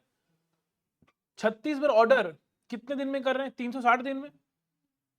अगर 360 दिन में हम 36 बार ऑर्डर कर रहे हैं, तो time gap between two orders कितना हो गया, 10 दिन का हो गया ना। अरे एक साल में अगर ऑर्डर हम कितने बार कर रहे हैं, 36 बार कर रहे हैं, 360 दिन है, तो पहले 10 दिन में एक ऑर्डर किए, फिर अगला 10 दिन में, फिर अगला 10 दिन, तब ना 360 दिन में 36 बार ऑर्डर होगा। बोलो हाँ या नहीं। अगर 360 दिन में ऑर्डर 36 बार हो रहा है, तो दो ऑर्डर के बीच में टाइम गैप कितने का हो गया, 10 दिन का हो गया। मतलब ये 100 केजी मेरा जो कंज्यूम होता है वो कितने दिन में होता है, 10 दिन में होता है। मतलब धीरे धीरे क्या होगा, ये स्टॉक क्या होगा, कम होते जाएगा। और एक समय आएगा जब 10th डे में क्या होगा, ये स्टॉक जीरो हो जाएगा। 10th डे के एंड में स्टॉक क्या हो जाएगा, जीरो हो जाएगा। बोलो हाँ कि नहीं। परफेक्ट। फिर क्या होगा, वापस हम क्या करेंगे, 10th डे के एंड में अगर हम 100 केजी मंगा लेंगे,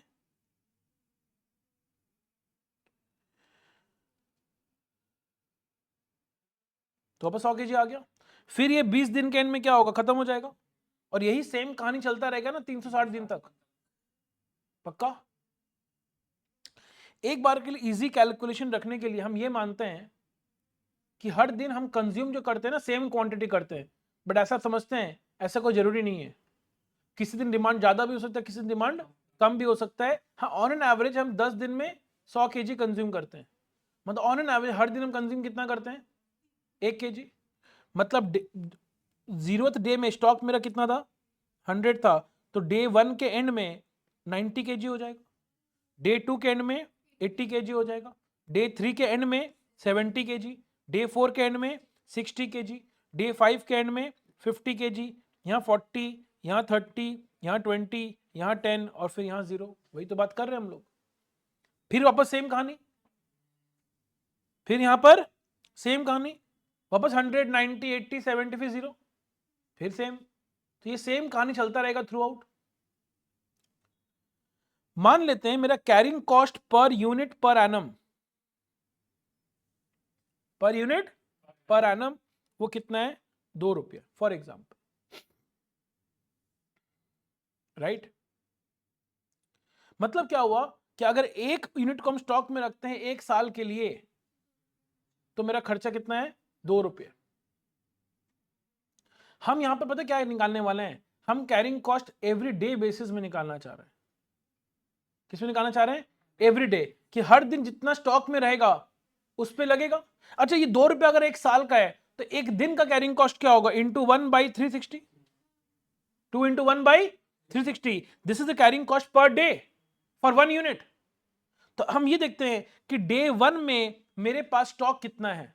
सर एक चीज प्रॉब्लम है, सर डे 1 के स्टार्टिंग में 100 था और डे 2 के एंड में, डे 1 के स्टार्टिंग में 100 और डे 1 के एंड में 90 है, तो ऑन एन एवरेज डे 1 में स्टॉक कितना था मेरे पास, क्योंकि आप इसको समझ रहे हैं, डे 1 के स्टार्टिंग में 100 था, डे 1 के एंड में अगर 90 है, तो धीरे धीरे स्टॉक क्या हो रहा है, उस 10 यूनिट 10 केजी हम एक दिन में कंज्यूम किए कि नहीं किए। बट हमको ये देखना पड़ेगा ना आज के दिन मेरे स्टॉक में कितना था। तो ये पॉसिबल नहीं है, क्योंकि सामान धीरे धीरे निकल ही रहा है, कोई कांस्टेंट नहीं रह रहा है। तो हम यही देखेंगे ना कि ऑन एन एवरेज डे 1 में स्टॉक कितना है मेरे पास। बोलो हाँ कि नहीं। अकाउंट्स पर पढ़े हैं, स्टॉक कैसे निकलता है, एवरेज स्टॉक कैसे निकलता है, ओपनिंग प्लस क्लोजिंग बाय 2। तो डे 1 का अगर हम स्टॉक जानना चाहते हैं, डे 1 में ऑन एन एवरेज मेरे पास स्टॉक कितना था, 95 का था। 100 is opening, 90 is the closing by 2। तो डे 1 में ऑन एन एवरेज स्टॉक कितना था, 95। डे 2 में 85, डे 3 में 75, डे 4 में 65, डे 5 में 55, 45, 35, 25, 15 और लास्ट में 5। यही तो हर दिन का स्टॉक है। तो अगर हर दिन का कैरिंग कॉस्ट अगर हमको अलग अलग निकालना है, अच्छा ये जो 10 दिन का कहानी होगा, साल भर कहानी वही होने वाला है ना, साल भर कहानी वही होने वाला है, ठीक है।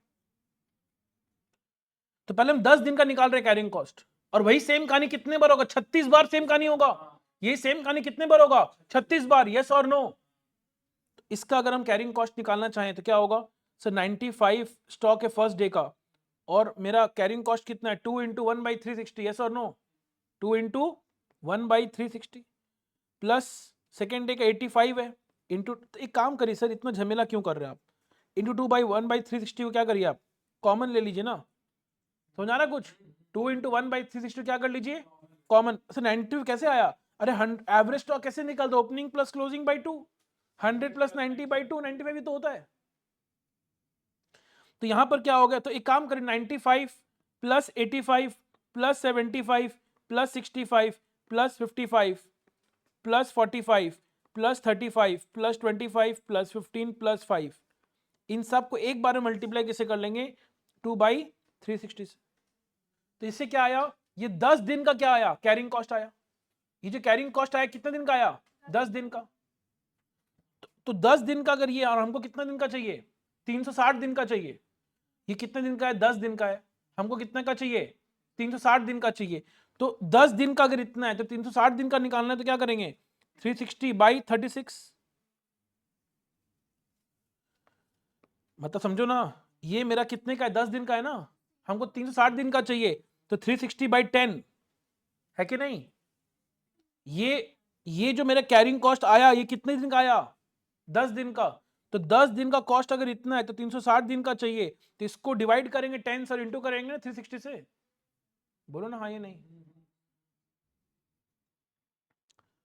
अल्टीमेटली यहां पे क्या हुआ, try to understand, maths wise हम बात कर रहे हैं पूरा। यहां पे देखो ये 360 और 360 क्या हुआ, कैंसिल। अच्छा ये जो 1/10 बाहर में है, हम इसको अंदर ले रहे तो क्या होगा, 95 plus 85 plus 75 plus 65 55 45 35 25 15 plus 5 divided by 10 ले सकते हैं और इनटू 2। ये 2 क्या था, carrying cost per unit per annum. और ये क्या है, तुमको कुछ समझ में आ रहा है।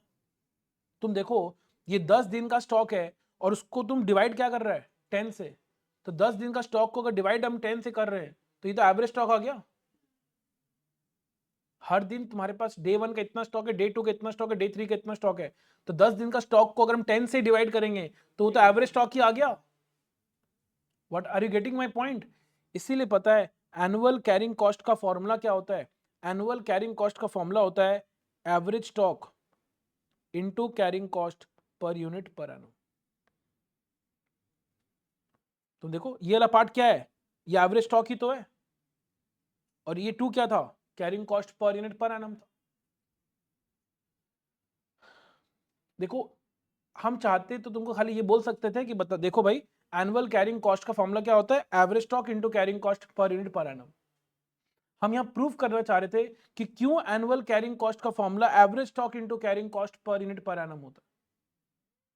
क्या आपको ये बात समझ में आया क्या। हाँ सम्स वाइज बात करें तो ये प्रूफ का रिक्वायरमेंट तुम कहीं भी पढ़ने वाला नहीं है। तो ये जो पार्ट अभी हम समझाए हैं ये जस्ट नॉलेज के लिए था। सम्स वाइज तुमको सिर्फ ये ध्यान रखना है क्या चीज, कि एनुअल कैरिंग कॉस्ट कैसे निकलता है, average stock into carrying cost per unit per annum. क्या ये बात सभी को क्लियर है, क्या ये बात सभी को क्लियर है, पक्का। अब कुछ बात हम करेंगे अब एवरेज स्टॉक को लेकर। सर एवरेज स्टॉक कैसे निकलता है, opening stock plus closing stock by 2। Opening stock plus closing stock by 2। अगर तुम यहां ध्यान दो ओपनिंग स्टॉक का मतलब क्या हुआ, 0th पॉइंट ऑफ टाइम का stock. 0th point of time में स्टॉक कितना है यहां पर 100। क्लोजिंग स्टॉक का मतलब 360 दिन के एंड में। एक बात सोचो अगर हर 10 दिन में स्टॉक 0 हो जा रहा है तो 360th डे के एंड में स्टॉक कितना होगा 0 होगा। मतलब यहां पर क्या हो गया 100 प्लस 0/2। तुम सोचेगा सर अगर एवरेज स्टॉक निकालना है तब तुमको हर दिन का स्टॉक क्वेश्चन को देना पड़ेगा, हर दिन का स्टॉक क्वेश्चन को देना पड़ेगा। हर दिन का स्टॉक देगा तब तो 360 या 360 से डिवाइड करेंगे तब तो जाके एवरेज स्टॉक निकलेगा। हम बोले नहीं इतना झमेला करने का दरकार नहीं है, सिंपल तरीका भी अकाउंट से पढ़े आप लोग, opening stock plus closing stock by 2। Opening stock हमेशा क्या होता है, आप जितना क्वांटिटी ऑर्डर कर रहे हैं दैट इज 100 प्लस 0/2, तो अल्टीमेटली एवरेज स्टॉक क्या हो गया 100/2। और ये 100 क्या था ईओक्यू, मतलब एवरेज स्टॉक का एक फॉर्मूला मिल गया, क्या चीज, order quantity by 2। Average stock का फॉर्मूला क्या हो गया, ऑर्डर क्वांटिटी बाई 2। कुछ समझ में आया कि नहीं आया। और इसीलिए यहां पर यह बात लिखा हुआ था, ये देखो कि पहले हमको क्या चाहिए, एवरेज इन्वेंट्री चाहिए। और एवरेज इन्वेंट्री कैसे निकलेगा, क्वांटिटी पर ऑर्डर डिवाइडेड बाई 2। समझ में आया कैसे हुआ, क्योंकि ओपनिंग स्टॉक जितना ऑर्डर क्वांटिटी होता है, क्लोजिंग स्टॉक क्या होता है 0 होता है, डिवाइडेड बाई 2 करेंगे तो सिर्फ क्या बचेगा, ऑर्डर क्वांटिटी बाई 2। और उसको अगर मल्टीप्लाई कर ले carrying cost per unit per annum से तो क्या निकल जाएगा, एनुअल कैरिंग कॉस्ट। वही लिखा average inventory into carrying cost per unit per annum. कल के क्वेश्चन में क्या है, एक जो लिखा होता है carrying cost 8% of average inventory. तो तुम बोला सर ये तो ऑफ एवरेज इन्वेंट्री है तो कुछ अलग होगा, तब बोले बाद में तुमको समझ में आएगा क्योंकि कैरिंग कॉस्ट किस पे निकलता है, एवरेज इन्वेंट्री पे ही निकलता है, इसलिए वहां ऐसा लिखा हुआ था। उसका कोई रिलेवेंस नहीं था क्योंकि वो निकलता ही हमेशा किस पे, एवरेज इन्वेंट्री का ही निकलता है। क्लियर है बात, सभी कोई रिप्लाई करेंगे, is the entire thing clear, yes और नो। तो जब भी हम लोग को टोटल मेटेरियल कॉस्ट निकालना पड़े, जब भी हम लोग को टोटल मेटेरियल कॉस्ट निकालना पड़े, हम सबसे पहले क्या निकालेंगे, annual purchase cost. Annual purchase cost के लिए दो चीज चाहिए, एक एनुअल डिमांड और एक परचेस प्राइस। तो पॉइंट नंबर ए में क्या लिख देंगे, annual demand. Point number B में क्या लिख देंगे, परचेस प्राइस। तो पॉइंट नंबर सी में एनुअल परचेस कॉस्ट आ जाएगा। फिर क्या चाहिए हमको, ऑर्डरिंग कॉस्ट के लिए क्या चाहिए, दो चीज चाहिए, नंबर ऑफ ऑर्डर्स और ऑर्डरिंग कॉस्ट पर ऑर्डर। तो एक तो ऑर्डरिंग कॉस्ट पर ऑर्डर अगले पॉइंट में लिख देंगे, और नंबर ऑफ ऑर्डर्स के लिए हम एनुअल डिमांड को किससे डिवाइड करेंगे, ऑर्डर क्वांटिटी से। तो नंबर ऑफ ऑर्डर्स आ जाएगा, और उन दोनों को मल्टीप्लाई करेंगे तो क्या आएगा, annual ordering cost. Carrying cost कैसे निकलता है, average stock into carrying cost per unit per annum. Average stock कैसे आता है, order quantity divided by 2, order quantity divided by 2, right, order quantity divided by 2, उससे क्या आ गया, एवरेज स्टॉक आ गया। और carrying cost per unit per annum question में given होगा, उन दोनों को मल्टीप्लाई करेंगे तो क्या आएगा, कैरिंग कॉस्ट आएगा। और फिर हम annual purchase cost, annual ordering cost और एनुअल कैरिंग कॉस्ट, इन तीनों को जोड़ देंगे तो क्या आ जाएगा, टोटल मटेरियल कॉस्ट। तो लास्ट में यहां वही लिखा हुआ है, टोटल इन्वेंट्री कॉस्ट क्या होगा, ordering cost, carrying cost plus material cost मतलब परचेस कॉस्ट। तीन तीनों को ऐड करेंगे तो टोटल इन्वेंट्री का कॉस्ट आ जाएगा। समझ में आया क्या? अब यहां नोट में क्या लिखा है उसमें बाद में देखेंगे, अभी हम लोग दिमाग उसमें लगाना नहीं है। क्या यहां तक बात सभी को क्लियर है, 100% क्लियर है क्या? अब जैसे यहां पर एक एग्जाम्पल है, अभी हम लोग उसको देखने वाले हैं, एग्जाम्पल देखेंगे।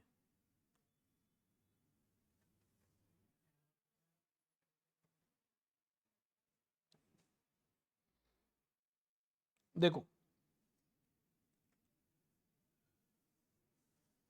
ध्यान देना क्वेश्चन ठीक से। एनुअल डिमांड कितना लिखा हुआ है, 8000 यूनिट्स। परचेस प्राइस कितना है, 20। तब तो इससे एनुअल परचेस कॉस्ट ऐसे ही आ गया, एनुअल डिमांड 8000, परचेस 20, मल्टीप्लाई कर देंगे तो एनुअल परचेस कॉस्ट आ जाएगा। कैरिंग कॉस्ट कितना है, 8%, परसेंट में है तो परचेस प्राइस से मल्टीप्लाई करना होगा, तब जाके क्या आएगा, carrying cost per unit per annum. Purchase price कितना 20 है, तो 20 का 8%, 1.6, this is carrying cost per unit per annum. Ordering cost per order कितना, 100 है। यहां पर लैंग्वेज थोड़ा सा टेढ़ा किया, ध्यान देना क्वेश्चन क्या लिखा हुआ है। The company places quarterly orders to get quantity discount of 5%। बोलता है जो कंपनी है ना, वो ऑर्डर कैसे प्लेस करता है, क्वार्टरली प्लेस करता है to get quantity discount of 5%, ताकि उसको 5% क्या मिल जाए, डिस्काउंट मिल जाए। मतलब purchase price is not 8000 into 20, वो तो नॉर्मली परचेस प्राइस कितना 20 का है, बट क्वेश्चन बोल रहा है हमको क्या मिलता है, डिस्काउंट मिलता है 5% का। मतलब मेरे लिए परचेस प्राइस कितना है, 20 माइनस 5% कितना आ रहा है, आई थिंक 19 क्या, तो मेरे लिए परचेस प्राइस कितना 19 है। क्या तुम बता पाएगा ये कंपनी प्लेसेस क्वार्टरली ऑर्डर्स का मतलब क्या हुआ? वेरी गुड, क्वार्टरली ऑर्डर्स मतलब हम हर क्वार्टर में ऑर्डर प्लेस करते हैं, मतलब ऑर्डर प्लेस कितने बार करते हैं, 4 बार ही प्लेस करते हैं। ऑर्डर कितने बार प्लेस करते हैं, 4 बार। तो मेरा क्वेश्चन है हर ऑर्डर में कितना क्वांटिटी मंगाते हैं, अगर ऑर्डर प्लेस हम 4 बार करते हैं तो हर 2000, वेरी गुड, क्योंकि साल भर में कितना चाहिए, 8000, और ऑर्डर अगर 4 बार ही करते हैं तो एक ऑर्डर में कितना मंगाते हैं, 2000। तो यहाँ पे हमको ईओक्यू से कोई मतलब नहीं है। जो बोला था क्वेश्चन मिलेगा तुमको, या कंपनी बोलेगा कि नहीं हमको डिस्काउंट चाहिए, मेन मेरे डिस्काउंट है, तो हमको ईओक्यू फॉलो नहीं करना है। तो यहाँ पर एक क्वांटिटी में कितना मंगा रहे हैं हम, 2000 मंगा रहे हैं, हाँ अल्टीमेटली साल भर में कितना आ रहा है, 8000 आ रहा है। तुमको टोटल इन्वेंट्री कॉस्ट निकालना है। देखो प्रेजेंटेशन तो हो जाएगा, पहले निकालने हम लोग को आना चाहिए, है ना। कॉन्सेप्ट इंपॉर्टेंट, एकदम इंपॉर्टेंट है, उसके बाद ही प्रेजेंटेशन हो सकता है, पहले कॉन्सेप्ट समझना है अपने को। तो यहाँ पर एमसीक्यू, क्योंकि एग्जाम में जब मेन क्वेश्चन डिस्क्रिप्टिव क्वेश्चन करेंगे तब हम लोग को प्रेजेंटेशन में फोकस सब कर लेंगे। अभी के लिए हम लोग क्या कर रहे हैं, कैलकुलेशन कर रहे हैं, बिकॉज टोटल इन्वेंट्री कॉस्ट बोल रहा है। अगर हम परचेस कॉस्ट का बात करें, annual purchase cost, that is annual demand कितना है, 8000 इंटू परचेस प्राइस कितना है 19, मेरे लिए परचेस कॉस्ट कितना था 19, हाँ 1,00,000 52,000। इसके बाद बात करते हैं एनुअल ऑर्डरिंग कॉस्ट का। फॉर्मूला क्या था? Number of orders into ordering cost per order. Number of orders यहाँ पे कितना था? 4 into ordering cost per order कितना है? 100। ये ना 100। ऑर्डरिंग कॉस्ट पर ऑर्डर कितना है? 100 है। तो एनुअल ऑर्डरिंग कॉस्ट कितना हो गया? 400। ठीक है। अब बात करते हैं annual carrying cost. Annual carrying cost का फॉर्मूला क्या था? बोलो। Average stock into carrying cost per unit per annum. Average stock का मैंने फॉर्मूला क्या बताया था अभी? अल्टीमेटली कंक्लूड क्या किए थे? Order quantity, not EOQ, order quantity by 2। Order quantity by 2। मेरा यहां पर ऑर्डर क्वांटिटी कितना है? ऑर्डर क्वांटिटी 2000 है। वेरी गुड, 2000 है। एक बार में 2000 मंगा रहे हैं ना, by 2 into carrying cost per unit per annum कितना है? कैरिंग सी कितना है? 1.6। और ये आंसर हो गया गलत, क्योंकि परचेस प्राइस ये 1.6 निकाले, 20 के हिसाब से निकाले थे, बट मेरे लिए परचेस प्राइस कितना हो गया है? 19 हो गया। बहुत इंपॉर्टेंट है, यह गलती हो सकता है। किसी 20 दिया हुआ बगल में कर लेंगे कैलकुलेशन, बट मेरे तो परचेस प्राइस ही चेंज हो चुका है, वो अब 19 हो चुका है। तो 19 का 8% होगा। 19 का 8% कितना? 1.52। समझ में आ रहा है कि नहीं आ रहा है? तो 2000 बाई 2 इंटू 1.52 कितना आ रहा है? ये 1520। अब इन चारों को ऐड करो।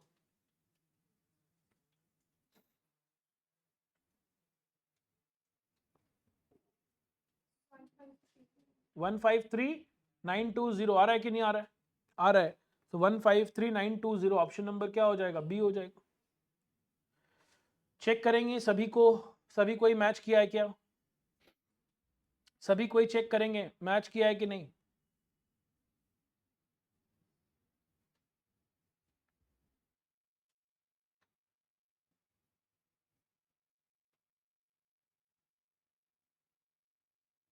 Done, perfect. चला आगे। अच्छा, यहाँ पे कोई चीज का फॉर्मूला का बात कर रहा है, बट इस फॉर्मूला में हम मन नहीं कर जाने का मेरे को, बिना फॉर्मूला का डिस्कशन करना चाह रहा हूँ। बताएंगे फॉर्मूला क्या लिखा हो, देख लेना, कोई दिक्कत नहीं है। उसके बाद जैसे देखो यहाँ पे एक एग्जांपल है, मंथली प्रोडक्शन कितना बोल रहा है? 5000 यूनिट्स, बट ये मंथली प्रोडक्शन है। तो एनुअल प्रोडक्शन कितना हो गया? 60,000। 5 units of raw material is needed to produce 1 unit of finished product. तो मेरे को जानना इनपुट आउटपुट का रेशियो निकलेगा ना यहाँ से 5:1, क्योंकि बोला 5 यूनिट रॉ मटेरियल चाहिए 1 यूनिट बनाने के लिए, 5:1 है। अच्छा, अगर एनुअल प्रोडक्शन तुम कितना बोला? 60,000 बोला, और अगर रेशियो पता है तो यहां से क्या मिल जाएगा? एनुअल कंजम्पशन मिल जाएगा। क्या मिलेगा? एनुअल कंजम्पशन, है कि नहीं? रेशियो से कंजम्पशन निकलता है। एनुअल रॉ मटेरियल कंजम्पशन कितना आएगा? 60,000 इंटू 5/1, बिकॉज ये 5,000 मंथली था, इंटू 60,000 हुआ ना, कितना आ रहा है? 3 लाख। तो एनुअल रॉ मटेरियल कंज्यूम कितना हो गया? 3 लाख। एज यहाँ पर रॉ मटेरियल का स्टॉक का कोई डिटेल्स दिया हुआ नहीं है, तो यही मेरा क्या होगा? एनुअल डिमांड हो जाएगा। यही मेरा क्या हो जाएगा? Annual demand. और साथ में मेरे को ईओक्यू भी दे दिया, कितना? 250 यूनिट्स। मतलब ईओक्यू मतलब एक बार में कितना मंगा रहे हैं हम? 250 यूनिट्स मंगा रहे हैं। तो बोला कितने बार order place, how many orders should be placed. Sir आपने तो फॉर्मूला दिया था नंबर ऑफ ऑर्डर्स का, ऑल तो कॉमन सेंस हो जाता है, बट फॉर्मूला भी था कि एनुअल डिमांड को डिवाइड किससे करेंगे? ऑर्डर क्वांटिटी से। तो 3 लाख को 250 से डिवाइड करेंगे, कितना आएगा? 1200। ठीक है, इज इट ओके? अच्छा, एक बात बताएगा,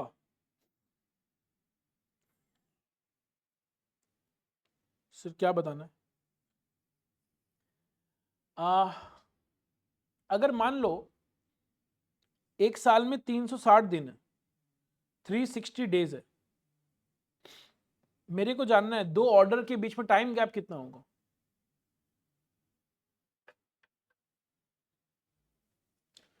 what is the time gap between 2 orders?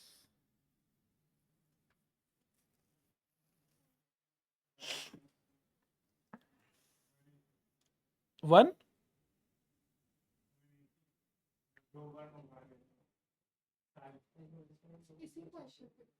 इसी क्वेश्चन का बात कर रहे हैं।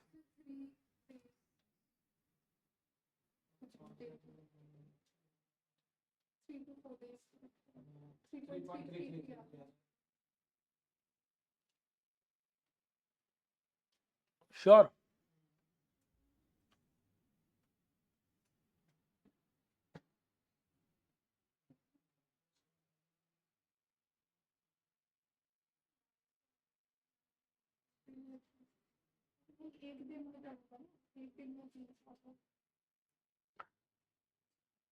एक चीज सोचो, हम क्या पूछें, दो ऑर्डर के बीच में टाइम गैप पूछें।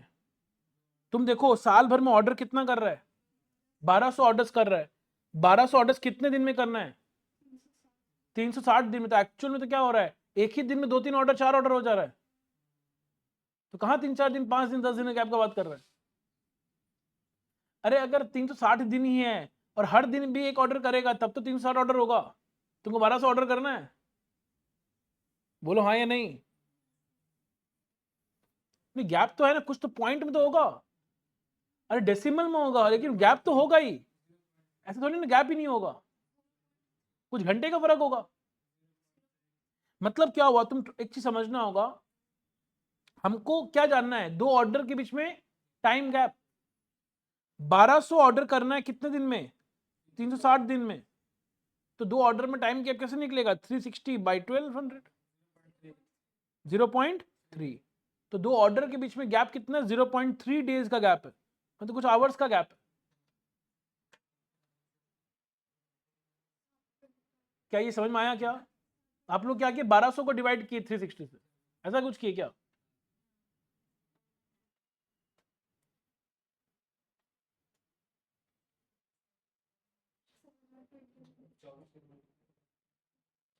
समझ में आ रहा है कि नहीं आ रहा है? हम क्या पूछे, टाइम गैप पूछे, तो हम डेज पूछे, एक ऑर्डर में कितना डेज का गैप है। हम ऑर्डर का गैप नहीं पूछे, हम गैप किसका पूछे थे, डेज का, कि दो ऑर्डर के बीच में टाइम गैप कितना है, 0.3 डेज का गैप। अब इसी के लिए जो ये जो था ना टॉपिक, जो मैंने बोला time gap between two orders, इसी के लिए लोग क्या किया, फॉर्मूला दे दिया कि number of days in year by number of orders. जिससे हम लोग क्या किए, number of days in year कितना लिए थे, 360 लिए थे, और नंबर ऑफ ऑर्डर्स कितना था, 1200। तुम 360 बाय 1200 क्या था ना, तो वही फॉर्मूला वो यहाँ लिख रहा है भाई, 360 और 365 और एनी अदर नंबर। अब जो डिपेंड करता है ना, क्वेश्चन में कुछ दिया हुआ होगा, तो क्वेश्चन होता तो वीक्स में करने बोलेगा।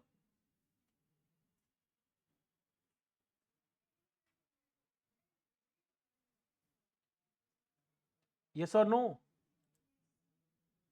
एक मिनट रुक जाओ।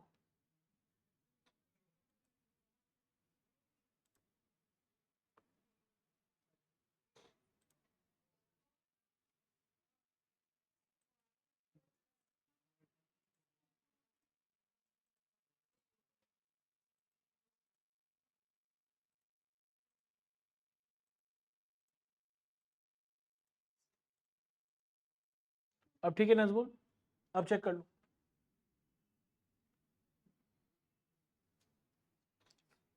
क्या सभी को यहां तक क्लियर है क्या, पक्का 100%?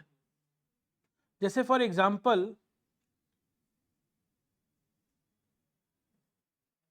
अगर इस वाले एग्जाम्पल का बात करें तो इसमें नंबर ऑफ ऑर्डर्स कितना था, 4 ऑर्डर था, क्वार्टरली ऑर्डर था ना, 4 ऑर्डर था। और अगर एक साल में कितना है, 90 डेज है, मान लो 360 डेज है, एक साल में कितने दिन है, 360 डेज है। तो दो ऑर्डर के बीच में टाइम गैप कितना होगा, 90 दिन। फॉर्मूला का यहाँ पर रिक्वायरमेंट नहीं है। आप ये सोचो ना, 4 ऑर्डर करना है कितने दिन में, 360 दिन में कितने ऑर्डर करेंगे हम, 4 ऑर्डर करेंगे, हमको टाइम निकालना है। तो 360 दिन में 4 ऑर्डर है कि नहीं, मतलब 4 ऑर्डर के लिए 360 दिन है, तो एक ऑर्डर के लिए कितना होगा, 360 बाई 4 होगा। समझा ना फॉर्मूला वाइज, 4 ऑर्डर के लिए 360 दिन है, तो एक ऑर्डर के लिए कितना, 360 बाई 4। 1200 ऑर्डर के लिए 360 दिन था, तो एक ऑर्डर के लिए कितना, 360 बाई 1200। 1200 ऑर्डर के लिए 360 दिन है, तो एक ऑर्डर के लिए 360 बाई 1200। 4 ऑर्डर के लिए 360 दिन है, तो एक ऑर्डर के लिए कितना, 360 बाई 4। तो फॉर्मूला क्या बन गया, number of days by number of orders, right. तो ये फॉर्मूला वैसे है नहीं, बट स्टिल मतलब ये कॉमन सेंस हो जाना चाहिए था, इसलिए मैंने पहले फॉर्मूला का बात नहीं किया कि देखो ये फॉर्मूला लिखा हुआ है। अब यहां पर हम एक और एग्जाम्पल है, इसको देखेंगे।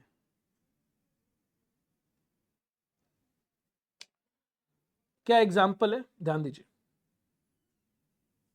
मंथली प्रोडक्शन कितना दिया हुआ है? 60,000 यूनिट्स। मंथली प्रोडक्शन कितना? 60,000 यूनिट्स।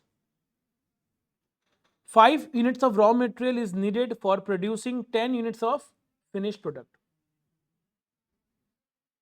अब एक मिनट, अच्छा मंथली प्रोडक्शन अगर 60,000 है तो एनुअल प्रोडक्शन इंटू 12 हो जाएगा 7,20,000। और बोला 5 यूनिट चाहिए एक 10 यूनिट के लिए। अच्छा इसका मतलब इनपुट आउटपुट का रेशियो कितना हो गया? मतलब 5:10 या 1:2, तुम जो ही बोलो। क्या ये बात समझ में आया?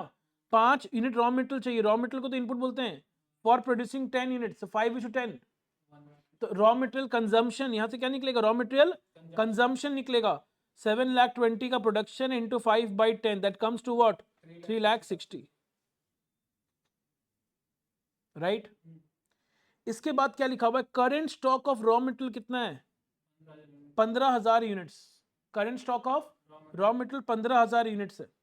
मतलब मेरे पास करेंटली कितना पड़ा हुआ रॉ मटेरियल? 15,000 पड़ा हुआ करेंटली। देखते क्वेश्चन क्या है, ये को ओपनिंग स्टॉक है क्लोजिंग स्टॉक बोला है कि नहीं? बोला करेंटली, अभी तुरंत स्टॉक कितना में? 15,000 है। क्वेश्चन क्या बोले देखना पड़ेगा। Lead time for order supply is 10 days। No what is this lead time? Sir ये लीड टाइम क्या होता है? नया टर्म मिला हम लोग को। लीड टाइम का मतलब होता है, जैसे आप एक बात सोचो, आप अपने सप्लायर को ऑर्डर प्लेस किए फोन करके, भैया आप 10,000 kg भेज दीजिए रॉ मटेरियल। क्या लगता है वो तुरंत आ जाएगा या थोड़ा समय लगेगा? 1-2 दिन का ऑर्डर करते ही समय लगेगा। तो ऑर्डर करना और सामान आने में जो टाइम गैप लगता है, जो समय लगता है, उसको बोलते हैं लीड टाइम। तो लीड टाइम का मतलब क्या हुआ? What is the meaning of lead time? Lead time is the time gap between placing and receiving order.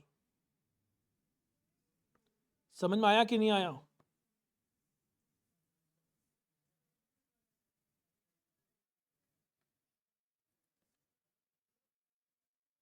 Lead time का मतलब time gap between placing and receiving order. आप जब place, मतलब आज अगर ऑर्डर प्लेस करेंगे तो सामान कितने दिन बाद आएगा? 10 दिन बाद आएगा। तो क्वेश्चन बोला when should company place N order for fresh supply. आपको याद है मैंने बोला फर्स्ट टॉपिक क्या पढ़ने वाले हम लोग? कितना प्लेस करना है। सेकंड टॉपिक क्या पढ़ेंगे? कब ऑर्डर करना है। तो यहाँ वही तो क्वेश्चन है, कब ऑर्डर करें? बताइए ऑर्डर कब प्लेस करें। क्वेश्चन तुमने यो क्यों नहीं पूछा है, तुमसे क्वेश्चन पूछ रहा है कि ऑर्डर कब प्लेस किया जाए। सर आप तो फर्स्ट टॉपिक खत्म काम, बुक से क्वेश्चन नहीं किए। अरे कॉमन सेंस के ऊपर इसलिए शॉर्ट में डिस्कस कर रहे हैं एक बार, फिर बाद में डिस्कस करेंगे प्रॉपर्ली भी। तो सोचो एक चीज, क्या लगता है कॉमन सेंस कि हमको नॉर्मली इस क्वेश्चन को नॉर्मली ऑर्डर कब प्लेस करना चाहिए? कर कर मतलब हाँ एकदम करेक्ट। ये क्या बोल रही है? बोल रही है जब सामान आने में से 10 दिन का समय लगता है तो हमको जब चाहिए वो सामान उसके 10 दिन पहले ऑर्डर प्लेस कर देना चाहिए। मतलब क्या हुआ? जिस दिन मेरे पास 10 दिन का स्टॉक बचा हुआ रहेगा तब हमको ऑर्डर प्लेस कर देना चाहिए।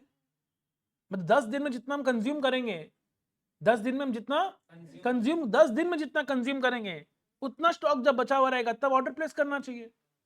बोलो हाँ या नहीं। अज्यूम 1 ईयर कितना? 360 डेज। मेरे पास करेंटली स्टॉक कितना है? 15,000 यूनिट्स। अब हमको ये देखना पड़ेगा ये 15,000 यूनिट्स कितने दिन का स्टॉक है, उसके हिसाब से मालूम चलेगा ना ऑर्डर कब प्लेस करना है। और इसके लिए पहले क्या निकालना पड़ेगा? एक दिन में हम कंज्यूम कितना करते हैं, क्या निकालना पड़ेगा उसके लिए? एक दिन में हम कंज्यूम कितना करते हैं, बोलो हाँ या नहीं। अच्छा एक दिन में अच्छा साल भर में कंज्यूम कितना करते हैं? 3,60,000। और एक साल में 360 दिन है। एक average consumption per day, average consumption per day कितना हो गया? 3,60,000 बाई 360। तो हर दिन हम कंज्यूम कितना करते हैं? 1,000 यूनिट्स। हर दिन हम कंज्यूम कितना करते हैं? 1,000 यूनिट्स।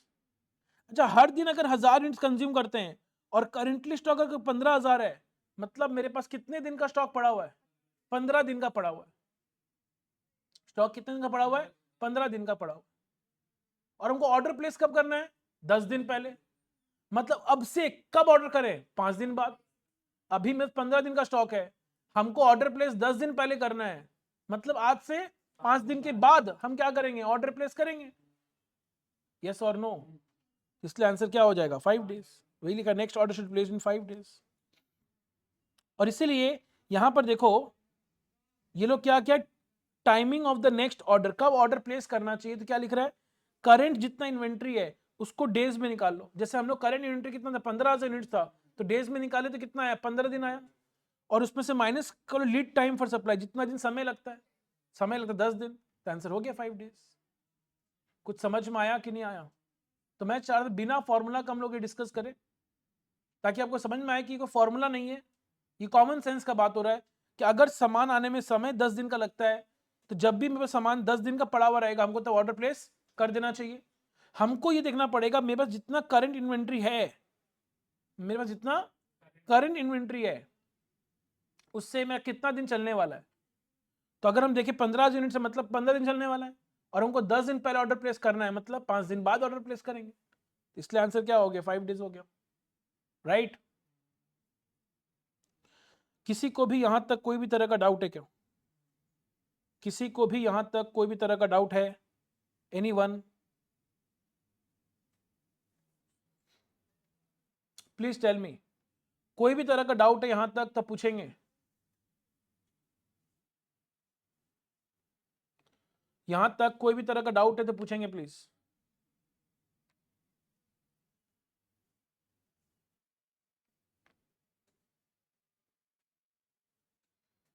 अगर डाउट नहीं है, जो लोग ऑनलाइन कर रहे हैं, you can write in the chat no doubt so that I can understand.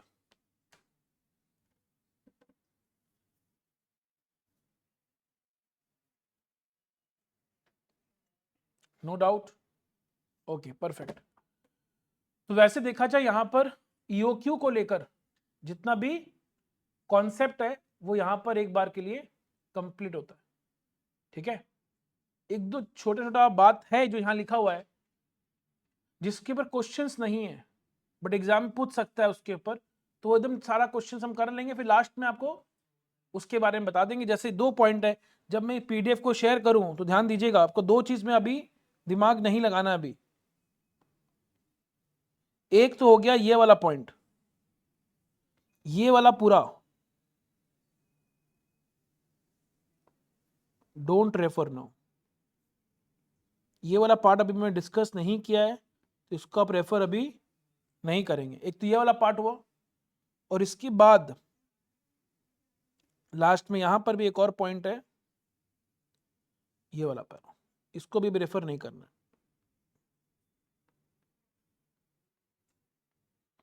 क्योंकि वंस आपको PDF मिलता है, फिर क्या करते हैं आप? पढ़ते हैं बहुत जन, सब तो नहीं पढ़ते, पता है मेरे को। तो जो लोग पढ़ते हैं तो उनको कन्फ्यूजन नहीं हो, तो ये दोनों पार्ट आपको भी रेफर नहीं करना है, क्योंकि मैंने डिस्कस नहीं किया है। बट बाकी parts definitely I will share with you. तो मतलब कल की क्लास में प्लीज मेक श्योर कि आज और कल इन दोनों क्लास में जो भी पॉइंट्स हम डिस्कस किए सारा आप रिवाइज करके आइए, सो दैट कल के क्लास में जब हम लोग क्वेश्चंस करेंगे तो you are not facing any challenge. ठीक है? कंफर्म है? ठीक है, दैट्स ऑल, थैंक यू। मिलते हैं अपने अब कल मिलते हैं, फिर कल अपने बाकी बातचीत में। कल का क्लास पूरा सम्स पे जाएगा, मतलब बिग सम्स पे जाएगा, ठीक है ना? डिस्क्रिप्टिव क्वेश्चंस करेंगे कल के क्लास में। That's all, thank you. मिलते हैं कल फॉर फर्दर डिस्कशन।